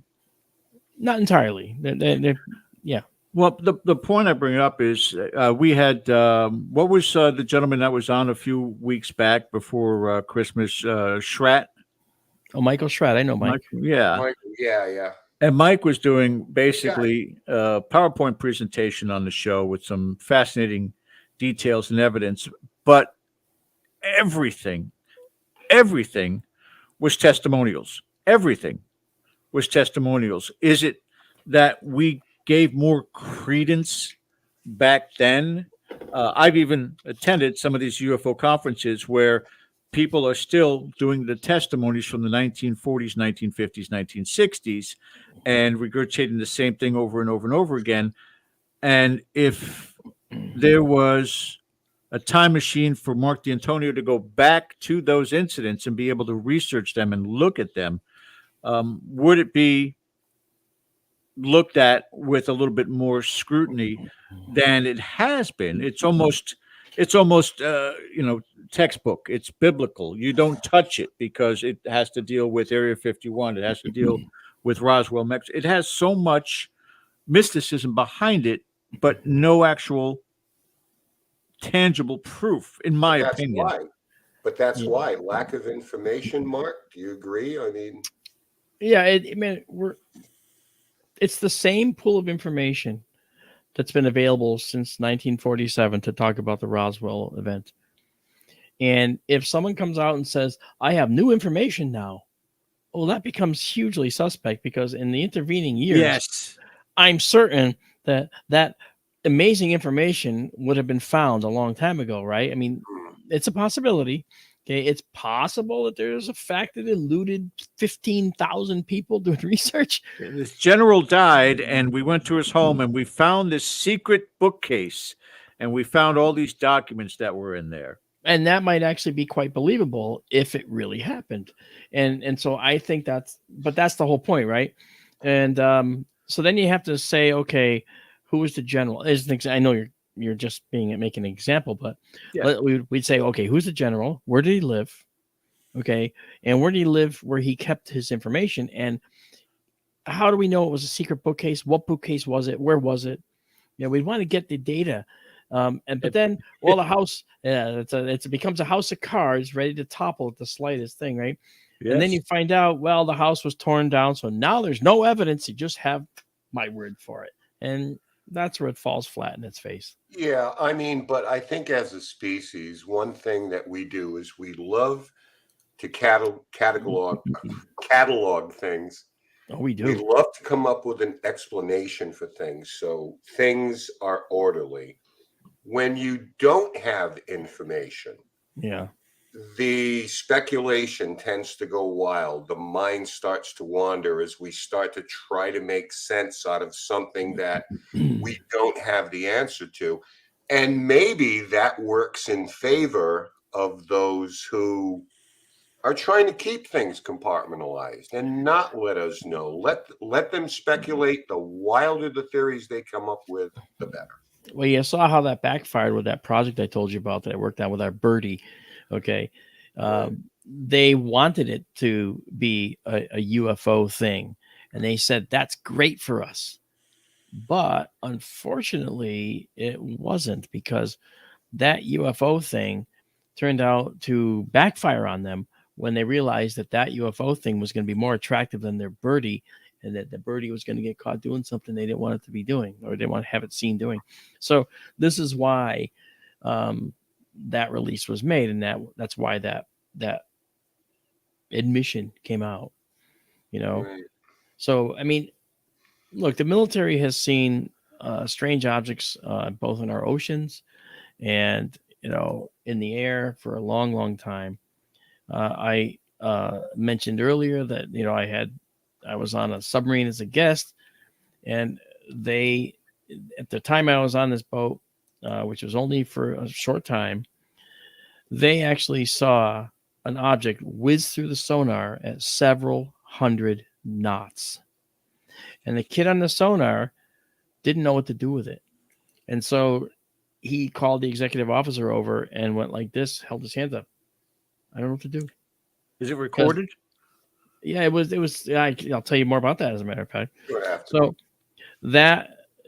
so this is what happened. He didn't know what to do. Right. So the executive officer, known as the XO, turned to him and said, okay. And he said, how fast is that going? And the kid went several hundred knots, sir. And it is mind blown, because these kids on the sonar are supposed to be able to catalog everything from a whale fart to jellyfish mating. They know all that stuff. There's signatures for all of this sound, and a Russian Krivat cruiser, okay, as well, or an Alpha submarine, or the new Chinese submarine. All that stuff is cataloged. They know all these things. This blew him away. He couldn't figure it out. And now the kid's like, I can't believe it. I'm going to be demoted. Okay. He was actually really worried for his job. Probably. I can't tell for sure. Well, anyway, the XO just looked at him and said, okay, just log it and dog it. And the kid, now being absolved of any inability, that's the code speak in their parlance. I'm gathering from what I later found out that these guys are tracking these objects. And when the XO said, okay, log it and dog it, the kid went like this, went, sir, yes, sir, and got back to work. And me, I'm the big shot now. I was the invited guest on this boat. So as a big shot, you can imagine I just got up and said, well, I'll get answers because I'm a big shot. You know where this is going. And I went to the XO and I said, XO, I'm familiar with these fast movers, as they call them on the boat. Is there anything I can help you with? And he looks at me, he goes, D'Antonio. I said, D'Antonio, yeah, yes, sir. He says, you having a good trip? Yes, sir. He says, it's exciting? Sir, yes, sir. He says, let's keep it that way. Okay. And so damn, that's how it ended. And that was, by the way, that was decades ago. Note the plural, decades ago. And I never talked about it until the Russians started talking about it. And then other submariners started talking about it. Okay. And when they started talking about it, I said rather innocently, well, our boats have seen things too. We it's not just the Russians and the Chinese, but our boats and the Australians, our boats have seen some really strange things too. Really? Oh, yeah, yeah. Well, how do you know? And well, I was kind of witness to something like that, and I never gave details. And I still won't, because I don't know how far that level goes of secrecy. But I do know that a few years later, I did a job for the Joint Chiefs, and I went down there and I talked to one of the chiefs, the man. Okay. And I said, Renee, thank you. So I'll slow down. I'll put myself out. Wow. And I talked to one of the chiefs, Way and I to go. said, what can you tell me about the fast mover program? Now, at the time, I was delivering a project, and then I just came out with that. And as in my mind, I'm saying, don't ask, don't ask, don't ask. And blah, blah, blah, the words came out. And I was like, oh. And I actually went, oh. He looked at me and he kind of smiled and he says, I'm sorry, I can't talk about that program, Mark. I was like, it's okay. He just told me it's there.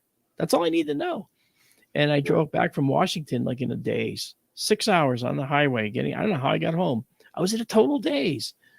And from that point forward, I knew that we were watching some strange objects in the seas. And the Navy task is to observe and report. That's what they can do. They can't chase. Okay. There's many records, of chasing USOs, these unknown submerged objects, but they never catch them. No. Obviously. And they toy with them. So how can they possibly move at the speeds they're saying underwater? That always perplexed me until I learned about this interdimensional travel that lies within the potential of string theory. And again, this isn't Marc D'Antonio craziness. This is actually several other scientists and people, knowledgeable people, that are on board with this and think that maybe this is dimensional travel. And in this fifth dimensional travel scenario, you punch out of the four dimensions we know, X, Y, and Z, all moving through time, right? And time is a dimension. And you go into this fifth dimension. And in that fifth dimension, the farther in you go into that fifth dimension, the smaller the universe becomes around you. You can theoretically contract that universe around you so far that you could go in, punch out, and then punch in and be several light years away. Or if you only do a little oscillation in and out, then you can punch out from where you are at your particular X, Y, and Z coordinate, go all the way to this fifth dimension, and then punch back in 3 inches from where you were. And because it's automated process with the computer science that they know, they do this automatically. So to them, it's no skin off their nose. They're just creating the particles to make this happen with their particle accelerator. And this is propulsion and mechanics. It's actually not even propulsion. It's just punching out and punching in. It's dimensional travel. They just leave from one spot and come in at another. Wow. But watch this. So they do that. This is how traveling 10 feet would look. Okay. They're here. They punch out, they punch in, let's just say 6 inches ahead. And they just do that over and over and over, all the way across their path. Now they're doing this the whole time. And you say, well, that seems like a waste, but it isn't, because it's easy for them to just punch out and punch in. What does that save them? It saves them from needing fuel tanks. It saves them from needing propulsion. They don't have engines. They have a particle accelerator. And the question becomes, well, what could create this type of punch in and punch out possibility? How can that even happen? What do we need to do that? And the answer is a fusion reactor. Which we are just beginning. There you go. And Lawrence Livermore announced that they did for the first time in human history, California, a sustained reaction. Yeah. Okay. Now, this sustained reaction wasn't bringing back more energy than they put in. No. What was it doing? No, it was actually creating a sustained reaction that has never been done before with the high temperatures that are required. Meanwhile, let's go all the way across the Atlantic. Let's go to CERN overseas. CERN, the home of the Large Hadron Collider. Yep. That location made another milestone. What did they do? Well, they created the Atlas accelerator. And what were they looking at with the particle? The Atlas. Not the Higgs boson was the Large Hadron Collider. This is different. What were they looking at? They were looking for another particle rumored to exist, and it's called the Kaluza-Klein graviton. And guess what? In this science, what is the particle required to jump into the fifth dimension? the Kaluza-Klein graviton. Put the two together. You got it. I've been saying this all over the country. You go get this reactor, get the fusion reactor, and combine that with the Kaluza-Klein particle. And now you have the capability of generating these particles and shifting your craft out of these 4 dimensions. Now, one more thing to just seal the deal for you. UFOs are generally disc-shaped, right? And or triangular shaped.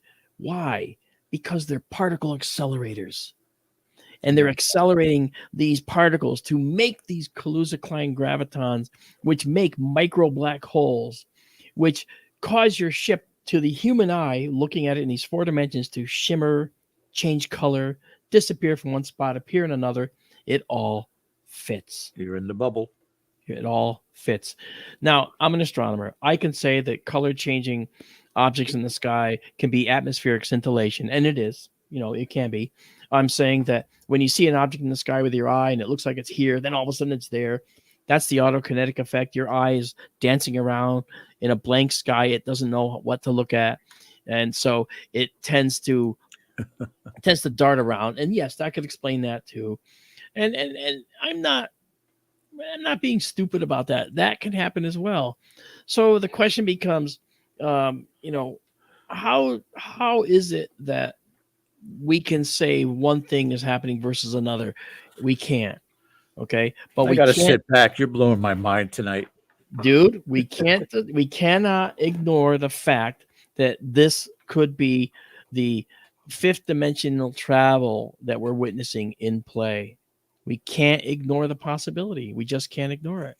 Well, let me ask a question then. Sure. And does it explain 2 particular incidents with the USS Nimitz?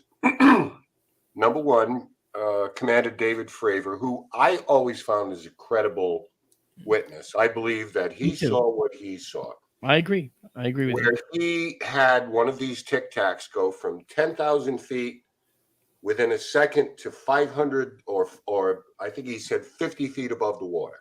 Yes. And we always look at this, well, we can't do that because our skin would be ripped off of us. We'd be a puddle.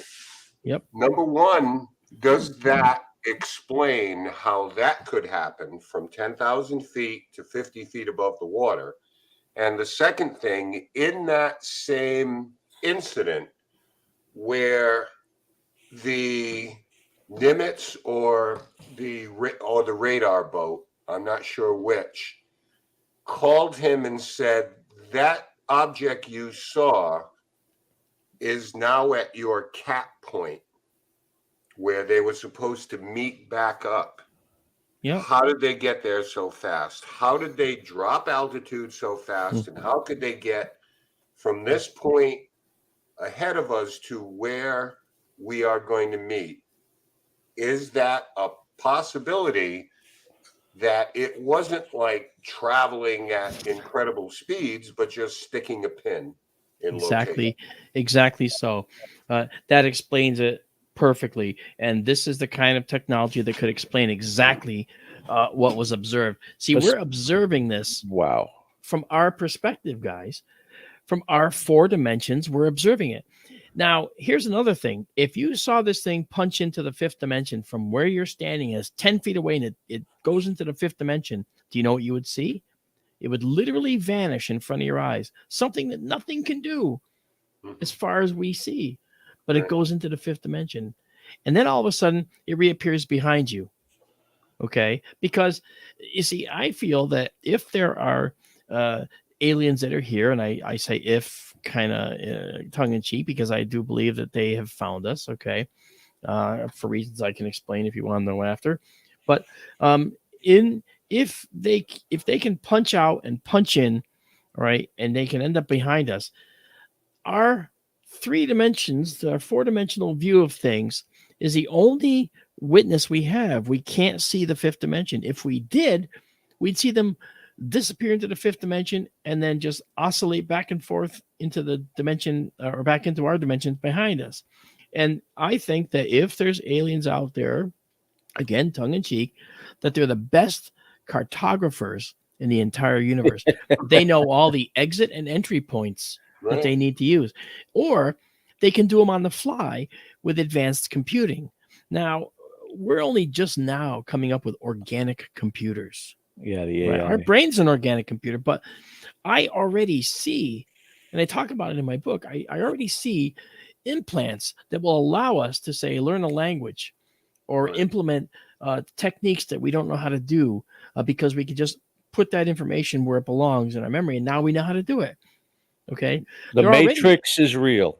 Well, I wouldn't say that so much, but I kind of like the illusion. Okay, if you consider also that when you look at something, you see an image of what you just saw, right? And you say, "Oh, it's gone." If you close your eyes, it's gone. If you turn your head, it's gone. If you pass it in the car, you'll never see it again.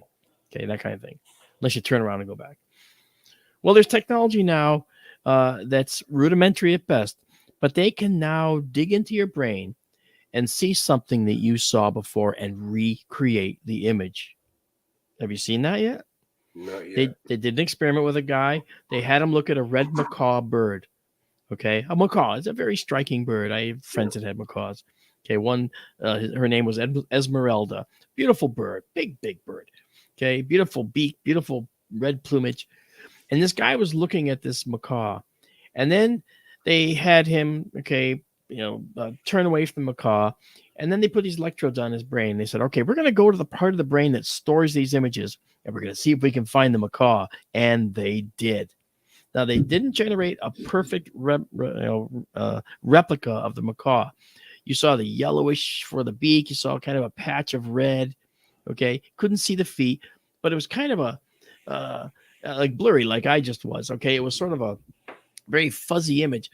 But think about what that means. It means that we're on the precipice of being able to see what you saw.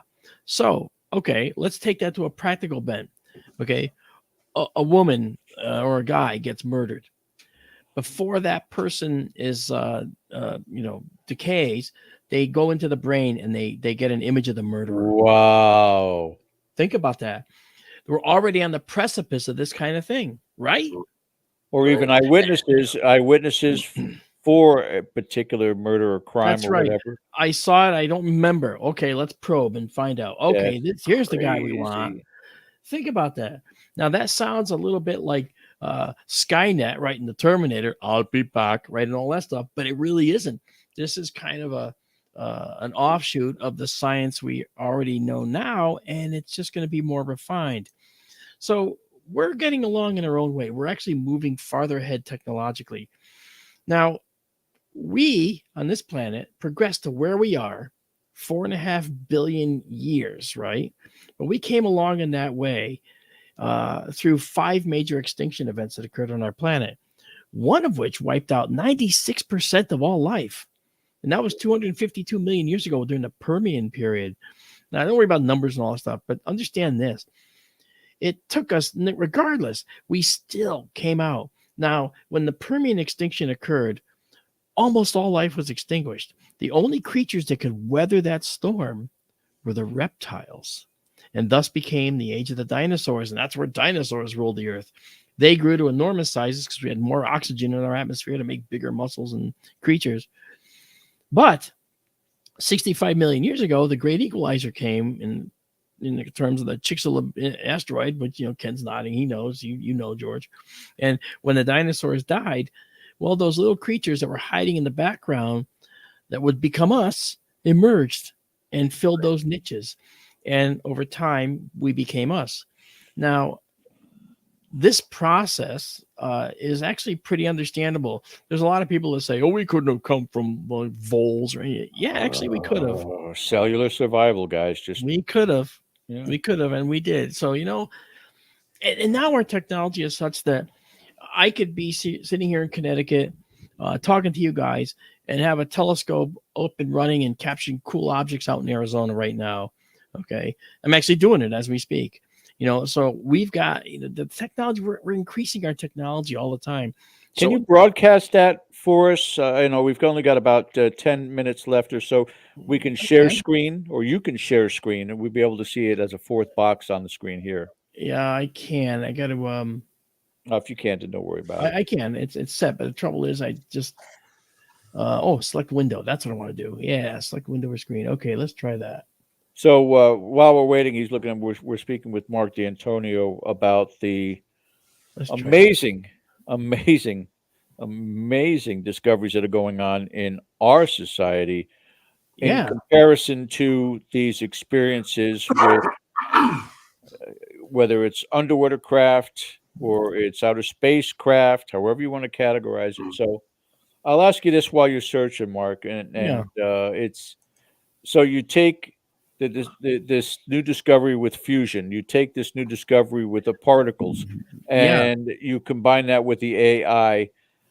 How long will it take, in your guesstimate, for us to even remotely come close to what we are experiencing out there now, or how long before we destroy ourselves? Yeah, well, every civilization is probably going to have those technological hurdles. Every civilization would probably go through a nuclear era where they discover the power of the atom. The power of fission is easier than the power of fusion. Fission is a dirty energy generation process. It causes untold pollution. Witness Chernobyl, witness Fukushima, okay, witness 3 Mile Island, okay.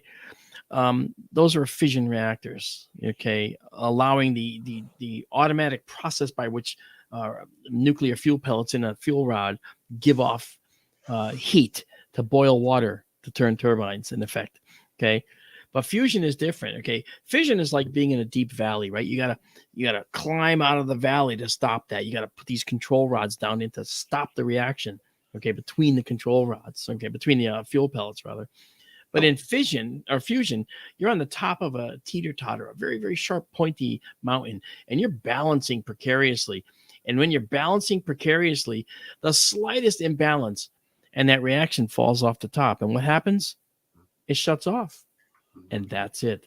With fission, when that reaction fails, you get a meltdown, you get an explosion, you get a Chernobyl, you get a Fukushima, and you get toxins and poisoning and radioactive disease.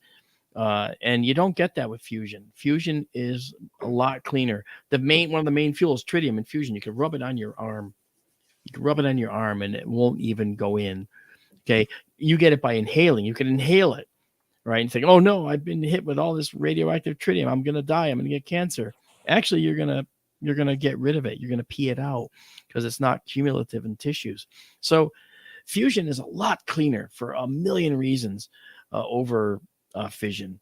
So, and I talk about this too in the book, and this isn't trying to hawk the book. I'm just saying that these are all things that are important to deal with, so as we grow in our technology, we are definitely going to approach what these aliens have done. But there, you got to talk about the Kardashev levels, and there's Kardashev 1, 2, 3, 4, and more actually, and we're not even a level 1 society yet where we actually can take our Earth. It's a matter of usable energy, using energy. We can't take all the energy that the sun is giving us and utilize it. Okay, we waste a lot.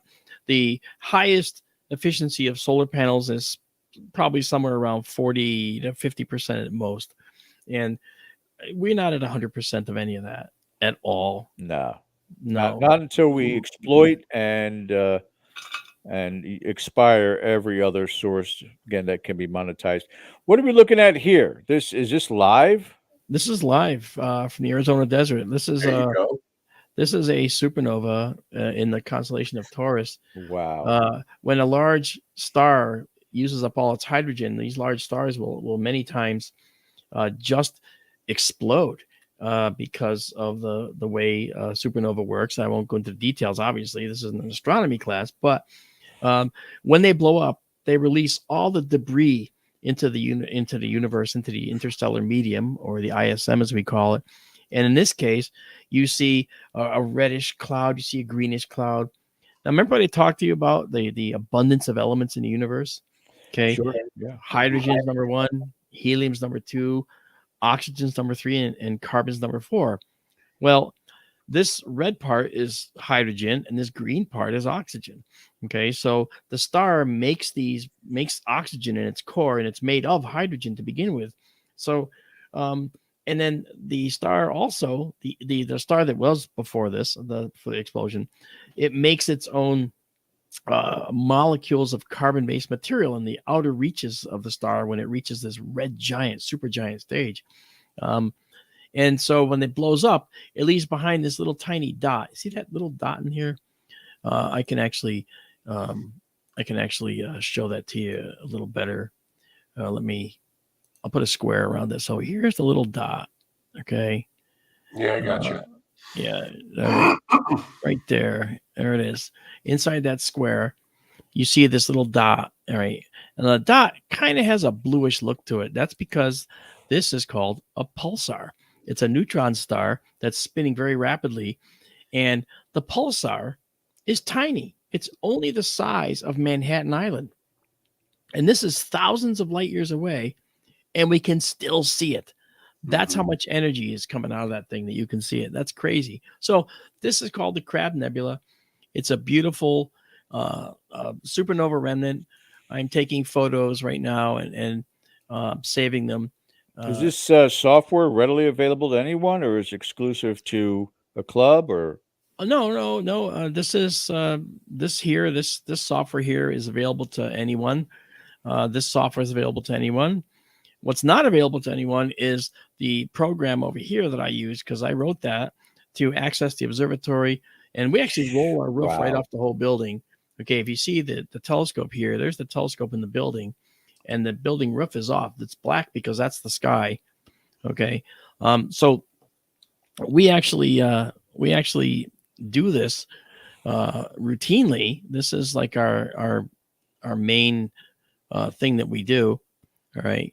And so here is the telescope now in the building and looking up in the sky. It's looking toward the Crab Nebula up there. So there's a lot going on. I wanted to show you this beautiful nebula, but I don't think we can. But I do have this really cool program, which is also free if you want to get it. It's called Stellarium. And I did something that's a little different. I actually connected it to my telescope, and I have it able to run the telescope, so it makes it easy to run. Let me ask real quick, Ken, Sure. what do you want to do? We're coming up. We got a minute left. There's some interesting stuff here, and a lot of people are still watching. Do you want to continue on and let Bill close us out? Please do. I'm going to have to run, but if you want to continue on, I think everybody would appreciate that. So I will leave that to you, gentlemen. All right. Mark, you got a little bit more you want to show us here before the we'll sign off with Bill, but we can keep going on the channel. Sure, that's fine. It's good to see you, Ken. I'm glad that we got a chance to hang out together again. Yeah, I hope that somewhere along the way, next MUFON meeting or something, I can give you a buzz, and maybe you can come on remotely and talk a little bit about this. We'll see what the schedules look like. Yeah, I've got a bunch of conferences I'm going to do. So if you want to, I don't know if you're going to any of these conferences, but I'll be at Contact in the Desert. I'll be in Arkansas at Ozark. I'll be in Roswell. And those are all conferences coming up. And there's a few others. I can't remember. I was invited to Roswell. I'm sort of on the fence of whether I'm going to take the leap to that or not. We'll see. Well, I do what this time in Roswell, I'm going to talk about what I just told you about tonight in a lot more detail. I mean, I do 16 different talks. So this is just one. But I think it's important to get this out there.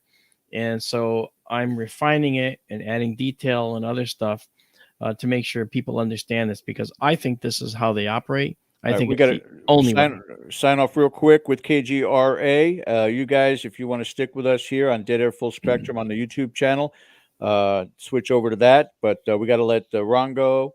I'm sorry, we got to let Bill go. And we got to let Ken go. And then I'm going to let Mark go ahead and give us a little bit more on this website. And final question from Bill was, what is your YouTube channel for the live stream? Oh, I think somebody just put it up there. It was actually we did. Yeah, it's on YouTube. It's called SkyTour LiveStream with Marc D'Antonio. But if you just look it up on YouTube, there you go. YouTube.com/@ STLS. Perfect. And we got thousands of people that join us. And a lot of them are here. A lot of the ones that were here came on, like Kathy right here. Kathy's one of our SkyTour family. Thank you. Thank you so much to everybody in chat who joined us tonight for this. And I hope you enjoyed it. Mark, it is always a pleasure. It's been far too long. And until the restraining order comes, I will probably be bugging you again for something or other. But thank you so much. You funny. Are always an absolute joy to have on the show. Well, thank you so much. It was wonderful, Ken. I appreciated your questions. You guys are on top of it, man. You're on top of it. No doubt about it. All right. All right. Ken, I'm get going out to of here. disappear. Joy's best of luck to you. Yeah, he's only got me now. All right. Continue on with the presentation. I'd love to see what else you guys are looking at. Yeah, sure. I'm just going to, I'll take us to another object. Let me close out this one. So here's what we do when we see an object like this. So here you see this detail in here. Okay, I'm going to actually enhance it now so that if you watch now, you'll see it gets really enhanced. Okay, there, look at that. Now you see all these tendrils of gas in this beautiful supernova remnant. I'm going to say this again. If you look here, it says, how many did I stack? What's a stack? Well, I take an image, okay, and then I take a second image, align it with the first, line up all the stars, and then put it on top. And I do that over and over, make an image sandwich all the way up. And the more you do that, the clearer everything becomes. It's really an effective way to do this. And then after I do that, I say save, and now this is 2,500 miles. This telescope's 2,500 miles away out in the Arizona desert. And right now, what's happening is the data from this has been sent up to the satellite, and it's going to our server, which is at our website, our portal, which is SkyTourLive.org. And SkyTourLive.org will allow you to see this image literally for yourself and download it for free less than 30 seconds after I took it. So, wow. Yeah, and we do that for all of our stuff. We have over a year, and over a year and a half of data up on our site right now. And I had to knock out some in order to keep the levels down. But with our organization, we're actually buying additional server space so we can keep all the years up there. So this is, again, the Crab Nebula. It's gorgeous. It has these amazing structures to it. Like, if you look like, again, that bright star right there in the middle, that is actually it's the neutron star, which is right here. You can see the neutron star. I didn't want to cover it with the arrow. Okay. And you got these beautiful, you got these tendrils all around. These tendrils have been expanding away from the center of this explosion ever since it occurred in 1054 AD is when this explosion occurred. And it's been expanding outward ever since. And for the last 100 years, astronomers have been tracking it. And you literally can watch it expanding right before your eyes when they track over 100 years of data. The universe is big, really, really big. So this stuff is just incredible. And so there's the Crab Nebula. Now, what I'll do is come back now and set us, thank you. We'll set us now to what I call the finder scope mode. And this mode, now we're using Starlink, by the way, for our internet. So it may take a bit, sometimes it takes a little longer to get things. But this next thing, if we can see it, if it's high enough, because it has to come above the wall of the observatory here. But I think we might be able to see the object of interest that we're going to look at here in just a second. Let's bring it up. This next guy right here, we're going to look at, and I'm going to tell the telescope to go there. And now as I tell the telescope to go there, you're going to start to see the stars leave a trail. And that trail is due to the fact that the telescope is now hunting for the next object. Look at that. Yeah, it's heading to the next object. Now, whose camera is this? This is the camera that I got specifically for this telescope. It's an astronomical camera. It's a high speed, high sensitivity camera from a company called ZWO. And I know there's people in the audience that know this. And a lot of the people that are in our streams are out here tonight watching. And so this particular camera is the one I'm going to use. And what I'm going to do is this. I'm going to just move us up by coming over to the number, the plus and minus here, the north and south. I'm going to bring us up a little bit. There's the blur. That's the blur because I'm moving up. And as I move up, another star is going to come into view. All right. And it's this guy right here. And then this guy right here. Right now in the view, you don't see it, but there's amazing stuff in the image right now. When you look at it with a telescope, a fairly moderate telescope, this is what you might see. Okay. But what happens if we now take an exposure of this whole area? All right. Now you see it says searching, and then you see numbers over here and above the word Mead. Now it's guiding. And so now what we can do is say do a 25-second exposure, which I put in as 25,000 for 25,000 milliseconds. And there's 1,000 milliseconds in a second. So 25 of them makes 25 seconds. And then we say, get going. And now it's taking the image. And if you look down the lower right, it's actually starting this progress bar moving across. Yeah. And now I'm going to bring up our live stack, which is going to have in the buffer the last image we looked at. So while that's coming in, we can look at the last image we looked at, but it's going to be overly bright because of the fact that it's been added to the previous. And so now we're going to see what's really hiding there. Check this out. Okay. Isn't it fat? Wow. Will you look at that? Oh, we're not there yet. I mean, in fact, I think we're looking at it through clouds too. We have some light clouds out there right now. But let's go. Yeah, no, that's what's called the Horsehead Nebula. This thing right here. Yeah. Okay. And what I'm going to do is do this process to really snap it up for you. Okay. And color correct it a little bit. There are some light clouds passing over it right now. So that's why it kind of looks fuzzy like this. But this is the Horsehead Nebula. And this is a beautiful red nebula of hydrogen gas. Again, that hydrogen, which is always throughout the universe. And this hydrogen is being excited by this star right here. This actually has a name. It's Sigma Orionis. And this hydrogen gas, it's hydrogen atoms out in empty space. And then when the ultraviolet light from this very, very powerful star, which actually is like upwards of 6 components to it, 6 stars orbiting each other. Okay.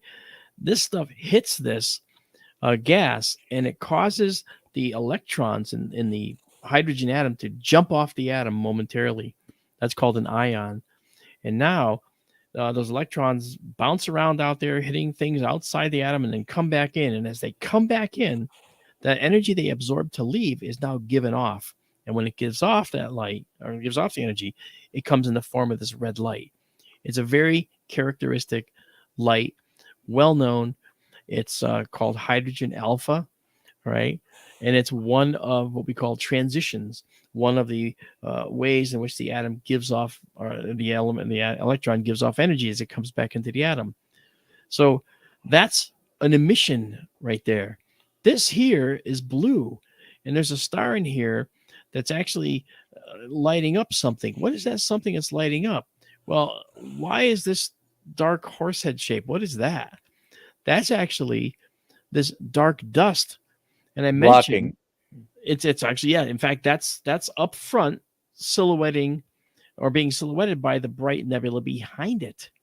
Okay, this is dark nebula. In fact, all of this in here, everything over here, all of this is all dark nebula, well-known dark molecular clouds of dust. The dust, in fact, is literally in part the building blocks of life. All right. And I've said this before. Okay, this location right? The dark nebula like this, all of this dark stuff you see right there, okay? This stuff is where life happens. Life began in the dark, and that's where it comes from. And we're literally looking at potential life that's being generated deep inside this dark nebula. This area in Orion is known as the Orion Molecular Cloud Complex. And if you want to see where this is, let's take a look at Orion. If we back out just a little bit, okay, Orion the Hunter, okay, there he is, Orion the Hunter, okay, and there's his belt of 3 stars, right? Amazing. Right, there's the belt of 3 stars. Well, if we zoom in now, okay, this star is called Alnitak, and that's just outside the view up here, okay? And right below it is where our crosshair is, and that crosshair shows that we're at something called the Horsehead Nebula, right? So that's where we are. And as I said, there's light clouds, but it's still able to be seen.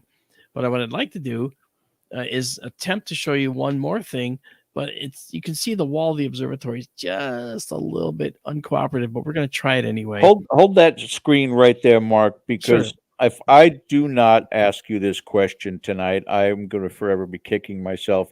It is probably the most naive question that a person can ask you, and yet it bothers the hell out of me. Not that I lose sleep. All right. Okay. Tell me when I'm wrong. Our solar system is traveling constantly through the galaxy. That is correct. Our galaxy is constantly traveling through our universe. That is correct. Why did the stars never change? And I understand people always say, well, it's 100 million years ago, the stars you're looking at, but they're moving too.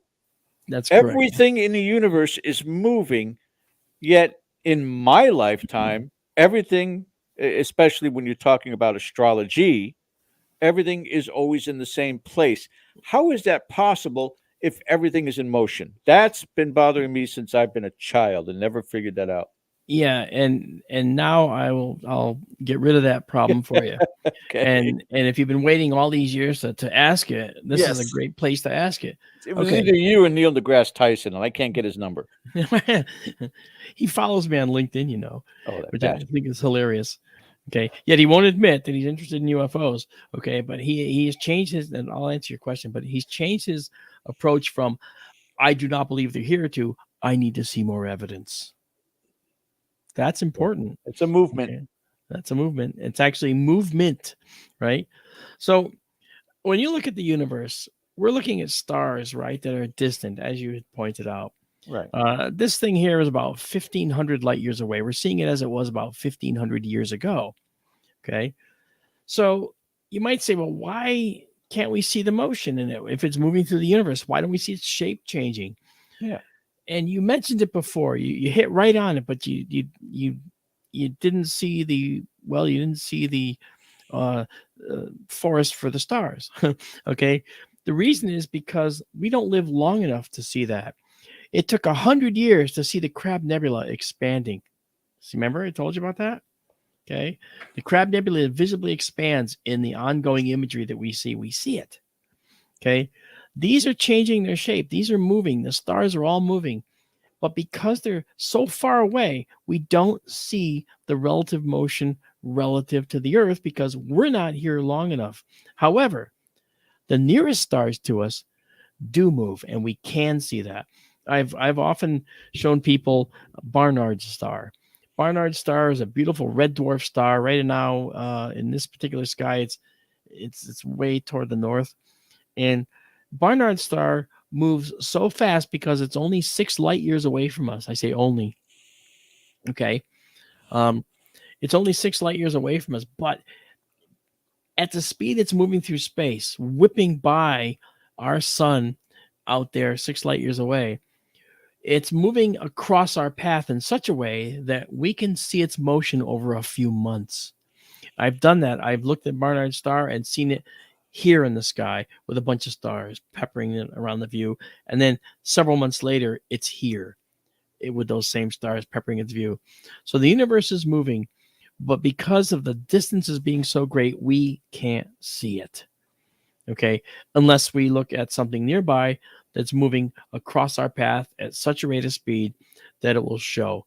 But the universe is dynamic. And many times, okay, if we can go to the next nebula, you'll see it happening right before your eyes. You'll be able to see human-made objects. You'll see satellites, most likely, if we can get to it without these clouds bothering us. So, if I may, now, did that help you or no? No. Oh, that's because. Well, I mean, if you want to talk layman's perspective, somebody filming a plane landing in their car looks like the plane is standing still. That's correct. So it's a relative view. If everything is moving at a particular pace, I mean, I look at it, something 1,500 years ago or 1,500 light years away. Yeah. But the next day, it's 1,500 light years and a day, 1,500 light years and 10 days, 1,500 light years. That it's not depictable to be moving or changing that particular star or the planets around that particular star in that particular solar system. Maybe with the technology that we're coming into now, we'll be able to see that more defined. We have seen this movement over the course of 100 years, and that's why star charts are updated every now and then. We have what are called epochs, EPOCH. There's a 1950 epoch, a 2000 epoch. And the stars' positions in the 1950 epoch are different from the stars' positions in the 2000 epoch. Okay. So you can see clearly they have moved. But I used, I have the charts in the back room, a German atlas called the Bonner-Dirk-Merstrung, and someone out there probably knows about it. And it's called the BD catalog, and you actually have stars labeled BD plus, and then there's a declination given and all that, which is the elevation in degrees. So this process, because the stars are moving, we do have to update our charts. And I'll give you an example right here in this view. You probably can't read it, but it says right ascension declination as of 2000 is these are coordinates, 5 hours, 35 minutes, 32 seconds, right? But as of today, it's 5 hours, 36 minutes, 42 seconds. So the position has changed just since 2000. Okay, since the 2000 epoch was done. So we're seeing the 2000 epoch coordinates, and then we're seeing the today, the coordinates. See, so they are changing. You just can't see the change because it doesn't appear very obviously. You see what I mean? Mm-hmm. All right, let me just see if we can actually get to this other object. I bet you we're going to be able to see it. There it is. Yay. Okay. This is the famous Orion Nebula. Look at that. Oh, it's gorgeous. And I'll show you by once it stabilizes and comes into view. See this is dark nebula that's in front of the glowing nebula in the background. This whole region is all dark dust, and this is more like a blister on this Orion molecular cloud complex, which is why you see it like this. Okay, let me just take off my processing here just so I can close in on this central core area here. And you'll notice that there's 4 stars in here. You see those 4 stars? How far are we looking here? 1,500 light years. Jesus. And these 4 stars are responsible for lighting up most of this nebula that you see. And when we do this, okay, we see what's going on. We see the red. What's the what's the red again? Yeah, hydrogen. Right. And what's the green? Is the oxygen. Right? It is the oxygen. Yeah. Okay. Yeah. So let's do this. We're guiding right now. So what I'll do is I'll take, just to show you what this really looks like in detail, I'm going to take a picture again. And with this telescope, it's odd here, but to say this, but this telescope is the only one on the planet with this particular capability made by this company, Meade. Actually, Meade didn't make it. I changed the telescope to do this, and I used a company in Tucson called Starizona to help me do this. And right now, to date, we are still the only ones in the world, the entire world, that have a telescope from Meade with this capability. We're running 25 times faster than any other Meade telescope on the planet. There's no ifs, ands, or buts, and it's guaranteed. So let's go into our stack here and show you what that does for us. Now I'm going to pop out of this here and clear this stack. And now our progress bar is almost full over. Well, it's over there from my perspective. And now you'll see what's really there. Okay.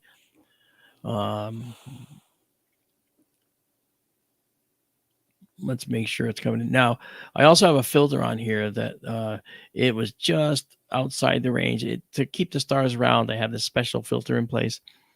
And it was just a little bit out of range. But I raised it up so we can see if we can reach that. I just want you to see what it looks like. So that's what it's doing. It's moving right now. It's actually taking a photo right now. Okay. There we go. Oh my goodness. Well, that's not even anything. Wait until you look at that towards the top. It looks like almost a flower. I know, right? Now here, watch this. That's wild. Watch this. That's more in perspective how it looks. Isn't that crazy? Yeah, I mean, some of the pictures that are coming back from the Webb telescope are just awe-inspiring. Awe-inspiring. Look at that colorization. Yeah, and this is the actual color. This is not artificial color. This is how it really looks in real life. Now that's the and darkness this above is the. Yeah, this is a dark nebula out here. This is all dark nebula, and the longer we go here, the more dust you'll actually see. And this right here, you see this guy right here? Yeah. That is what's called a geosynchronous satellite. These are the satellites that sit out at 22,000 miles away off the Earth. And what they do is they sit over the same spot on the Earth. Now we're tracking the stars right now. So we're moving with the stars as the Earth rotates. But these satellites are sitting over the spot on the Earth. As we're tracking the stars, we're forcing them to make a trail.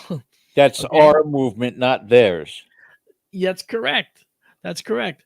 And what I can do is I can actually show you that very simply. If I have a tracking button here, if I turn off the tracking, you'll see the stars start moving and then the satellite will just hold still. I can put the cursor there and that dot for the satellite will stay right there and the stars will start moving. Well, here comes back to the UFO aspect of what we were talking about, Mark, is, people go out there and they stargaze and they're looking for UFOs with their binoculars, or they just have a handheld telescope. And, now when we're talking about fifth dimensional movement, a couple of things come into play. Number one, there's a good chance, again, most of what people are experiencing are satellite. Now, there may also be UFO phenomena that are occurring, but travel through the universe must be simplistic with that type of technology. They're not going in a human mind. It's travel. A light year is this many thousand miles. That's right. Exactly. And in our lifetime, we'd never be able. But if you can go A to B in the speed of a thought, and then from B to C in the speed of a thought, you could travel a multitude of light years to get to location within minutes, realistically. Yeah, in fact, I'll give you an example. With this technique, it's been calculated. I think a Stanford physicist did this one. I could be wrong. That if you travel from here to Alpha Centauri using this technology and just a modest application of it, not really trying to go all the way into this fifth dimension, you could do it leisurely in 20 minutes. Now, keep in mind that it would take us about 10 to 12,000 years to go at the fastest speed through our four dimensions. Okay. But if you punch out and punch in, and this is why they're the great cartographers, they can punch out, but where they punch in, they have to make sure they don't punch into the middle of a star. That'll end their trip real fast. Okay. So they have to be really cognizant of not punching in on a planet or an asteroid. And to be fair, there's a lot more space in the universe than people realize.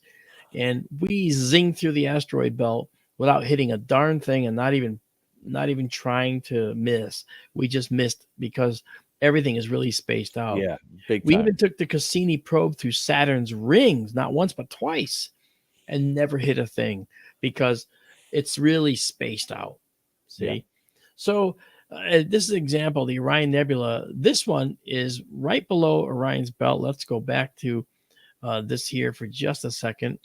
Okay, here's Orion's belt, Alnitak, Alnilam, and Mintaka. These three hot stars are destined to go supernova within a few million years. This guy down here is the Orion Nebula. It's down below the belt, and you can see that with your eye if you go out there tonight. You see Orion, look down below the belt. This is what you're looking at right here. Son of a gun. Isn't that something? Yeah, that's cool stuff. And, you know, I got to say, I have never been disappointed with this telescope. Now, we are leaned over quite a ways here, you know, and you could see, let me just give you directions. Okay, toward the back here, this is north out this way. This is east out this way. And toward the camera is south. And to that side of the building is west. So this is Observatory 1 out there. Observatory 2 is actually going to join it out there. We already have the funding for it, luckily. And I've been talking with folks about it, and I think I might opt for an even bigger telescope now than we've been planning, and put this in a different location out there. And then the original telescope, the original one that we always were looking at and using when we did this way in the beginning, is this one here. If you bring me up for a minute, I'll show you. Okay, right there, that one there, you can barely see it, but that telescope right there, that's our East Coast SkyTour LiveStream telescope, and it's sitting here in my ship's office, as you can see my portholes and stuff. Okay, because of the fact that I had to rehab it, so I brought it in here to rehab it, and then COVID hit, and boy oh boy, the cost of wood went through the roof, and I couldn't afford to build the building. But then that was before we went to become a 501c3 organization. Now we are, and we've got some donations that are allowing us to do all the things we want to do. One of the things we want to do, again, this is with our officers in our group, Marianne Robb and Tara Diulis. We want to build a mobile observatory, one that does this kind of thing, does this kind of performance, but anywhere we go in the country. Amazing. And we want to bring it to campuses, universities, municipalities, schools. It'd be cool. That to me is absolutely incredible. What a view of the universe. It's live. And how often are you going live with this? We go on most relatively clear nights out there. I was going to do it tonight, but you lost power. Yeah, I lost power, and so I didn't. And I knew I was coming on with you, so I decided not to do that because you can hear my voice will go. You know, because I don't know when to shut up. You know, you have to shut me up. We'll give you a break now, Mark, and let you head on out. I tell you what, you know, again, this is absolutely fascinating stuff. I enjoy talking with you, George, and Ken too. You guys are amazing. We have a opportunity in the future to have you come back. Anything discovery wise or anything happening again via social media, you are our go-to expert. You know, I know everybody always hates the term expert, but God honest truth, you're the closest thing that we have to the most knowledgeable people in the field, and cannot thank you enough for joining us tonight. Yeah, thank you. And I got to tell you, the reason that I have such the visibility that I do in this field is because I look at everything from the perspective of science, but open-minded science, right? Sure. Yes. We want to be open-minded about this. We don't want to be closed-minded. I've been fighting arrogance in science for decades. And so that begat this. That begat what you see in the screen, you know, with the telescope and everything. So, you know, like this. Okay, this here is a travel mug with one of our objects we took a photograph of here. Look at that. You know, and if anyone wants to support us, we have a Patreon. We'd love to have new Patreon subscribers. And if you'd rather just get cool blankets, shoes with our images on them and stuff, and beyond, mouse pads, etc., we got them, you know, and it's at our Etsy store. And the Etsy store is called SkyTour Shop. SkyTour Shop, all one word. And if that fails, you can't remember any of this, just remember SkyTourLive.org. And you go there, and at the upper left, you're going to have the link to our live stream. And at the upper right, you're going to have the link to our Patreon. And then you'll basically have everything at your disposal from that portal website. And we'd love to have people to just check it out. I really had a great time on Dead Air tonight. I got to tell you, you guys are really quite open. I like to talk back and forth. And we avoided politics. Can you believe it? You know what? It is what it is. My son works for the biggest TV station here in the state, and he just covered Jill Biden down at the submarine base. We said, well, it's good for your resume. That's it. That's all you need to know. Because politics change, people change. That's right. The universe continues on. That's the important part. Exactly. It doesn't care what we're doing here on Earth. No. And we exist in spite of the universe because it's trying to kill us from all different ways. Yet we roll on. Life finds a way. You got it, George. You're Marc D'Antonio, thank you so much for joining us tonight for our extended show. Much. And wish you the best for 2024, my friend. Thank you. And thanks to you and Ken for having me on. This was really good. Thank you, Bill Skywatcher, for recommending that I come on the show tonight. This was a great time. Love to have you back soon, my friend. You take care. All right, guys. Thank you so much. Thank you, guys. Have a great night. Thanks for watching.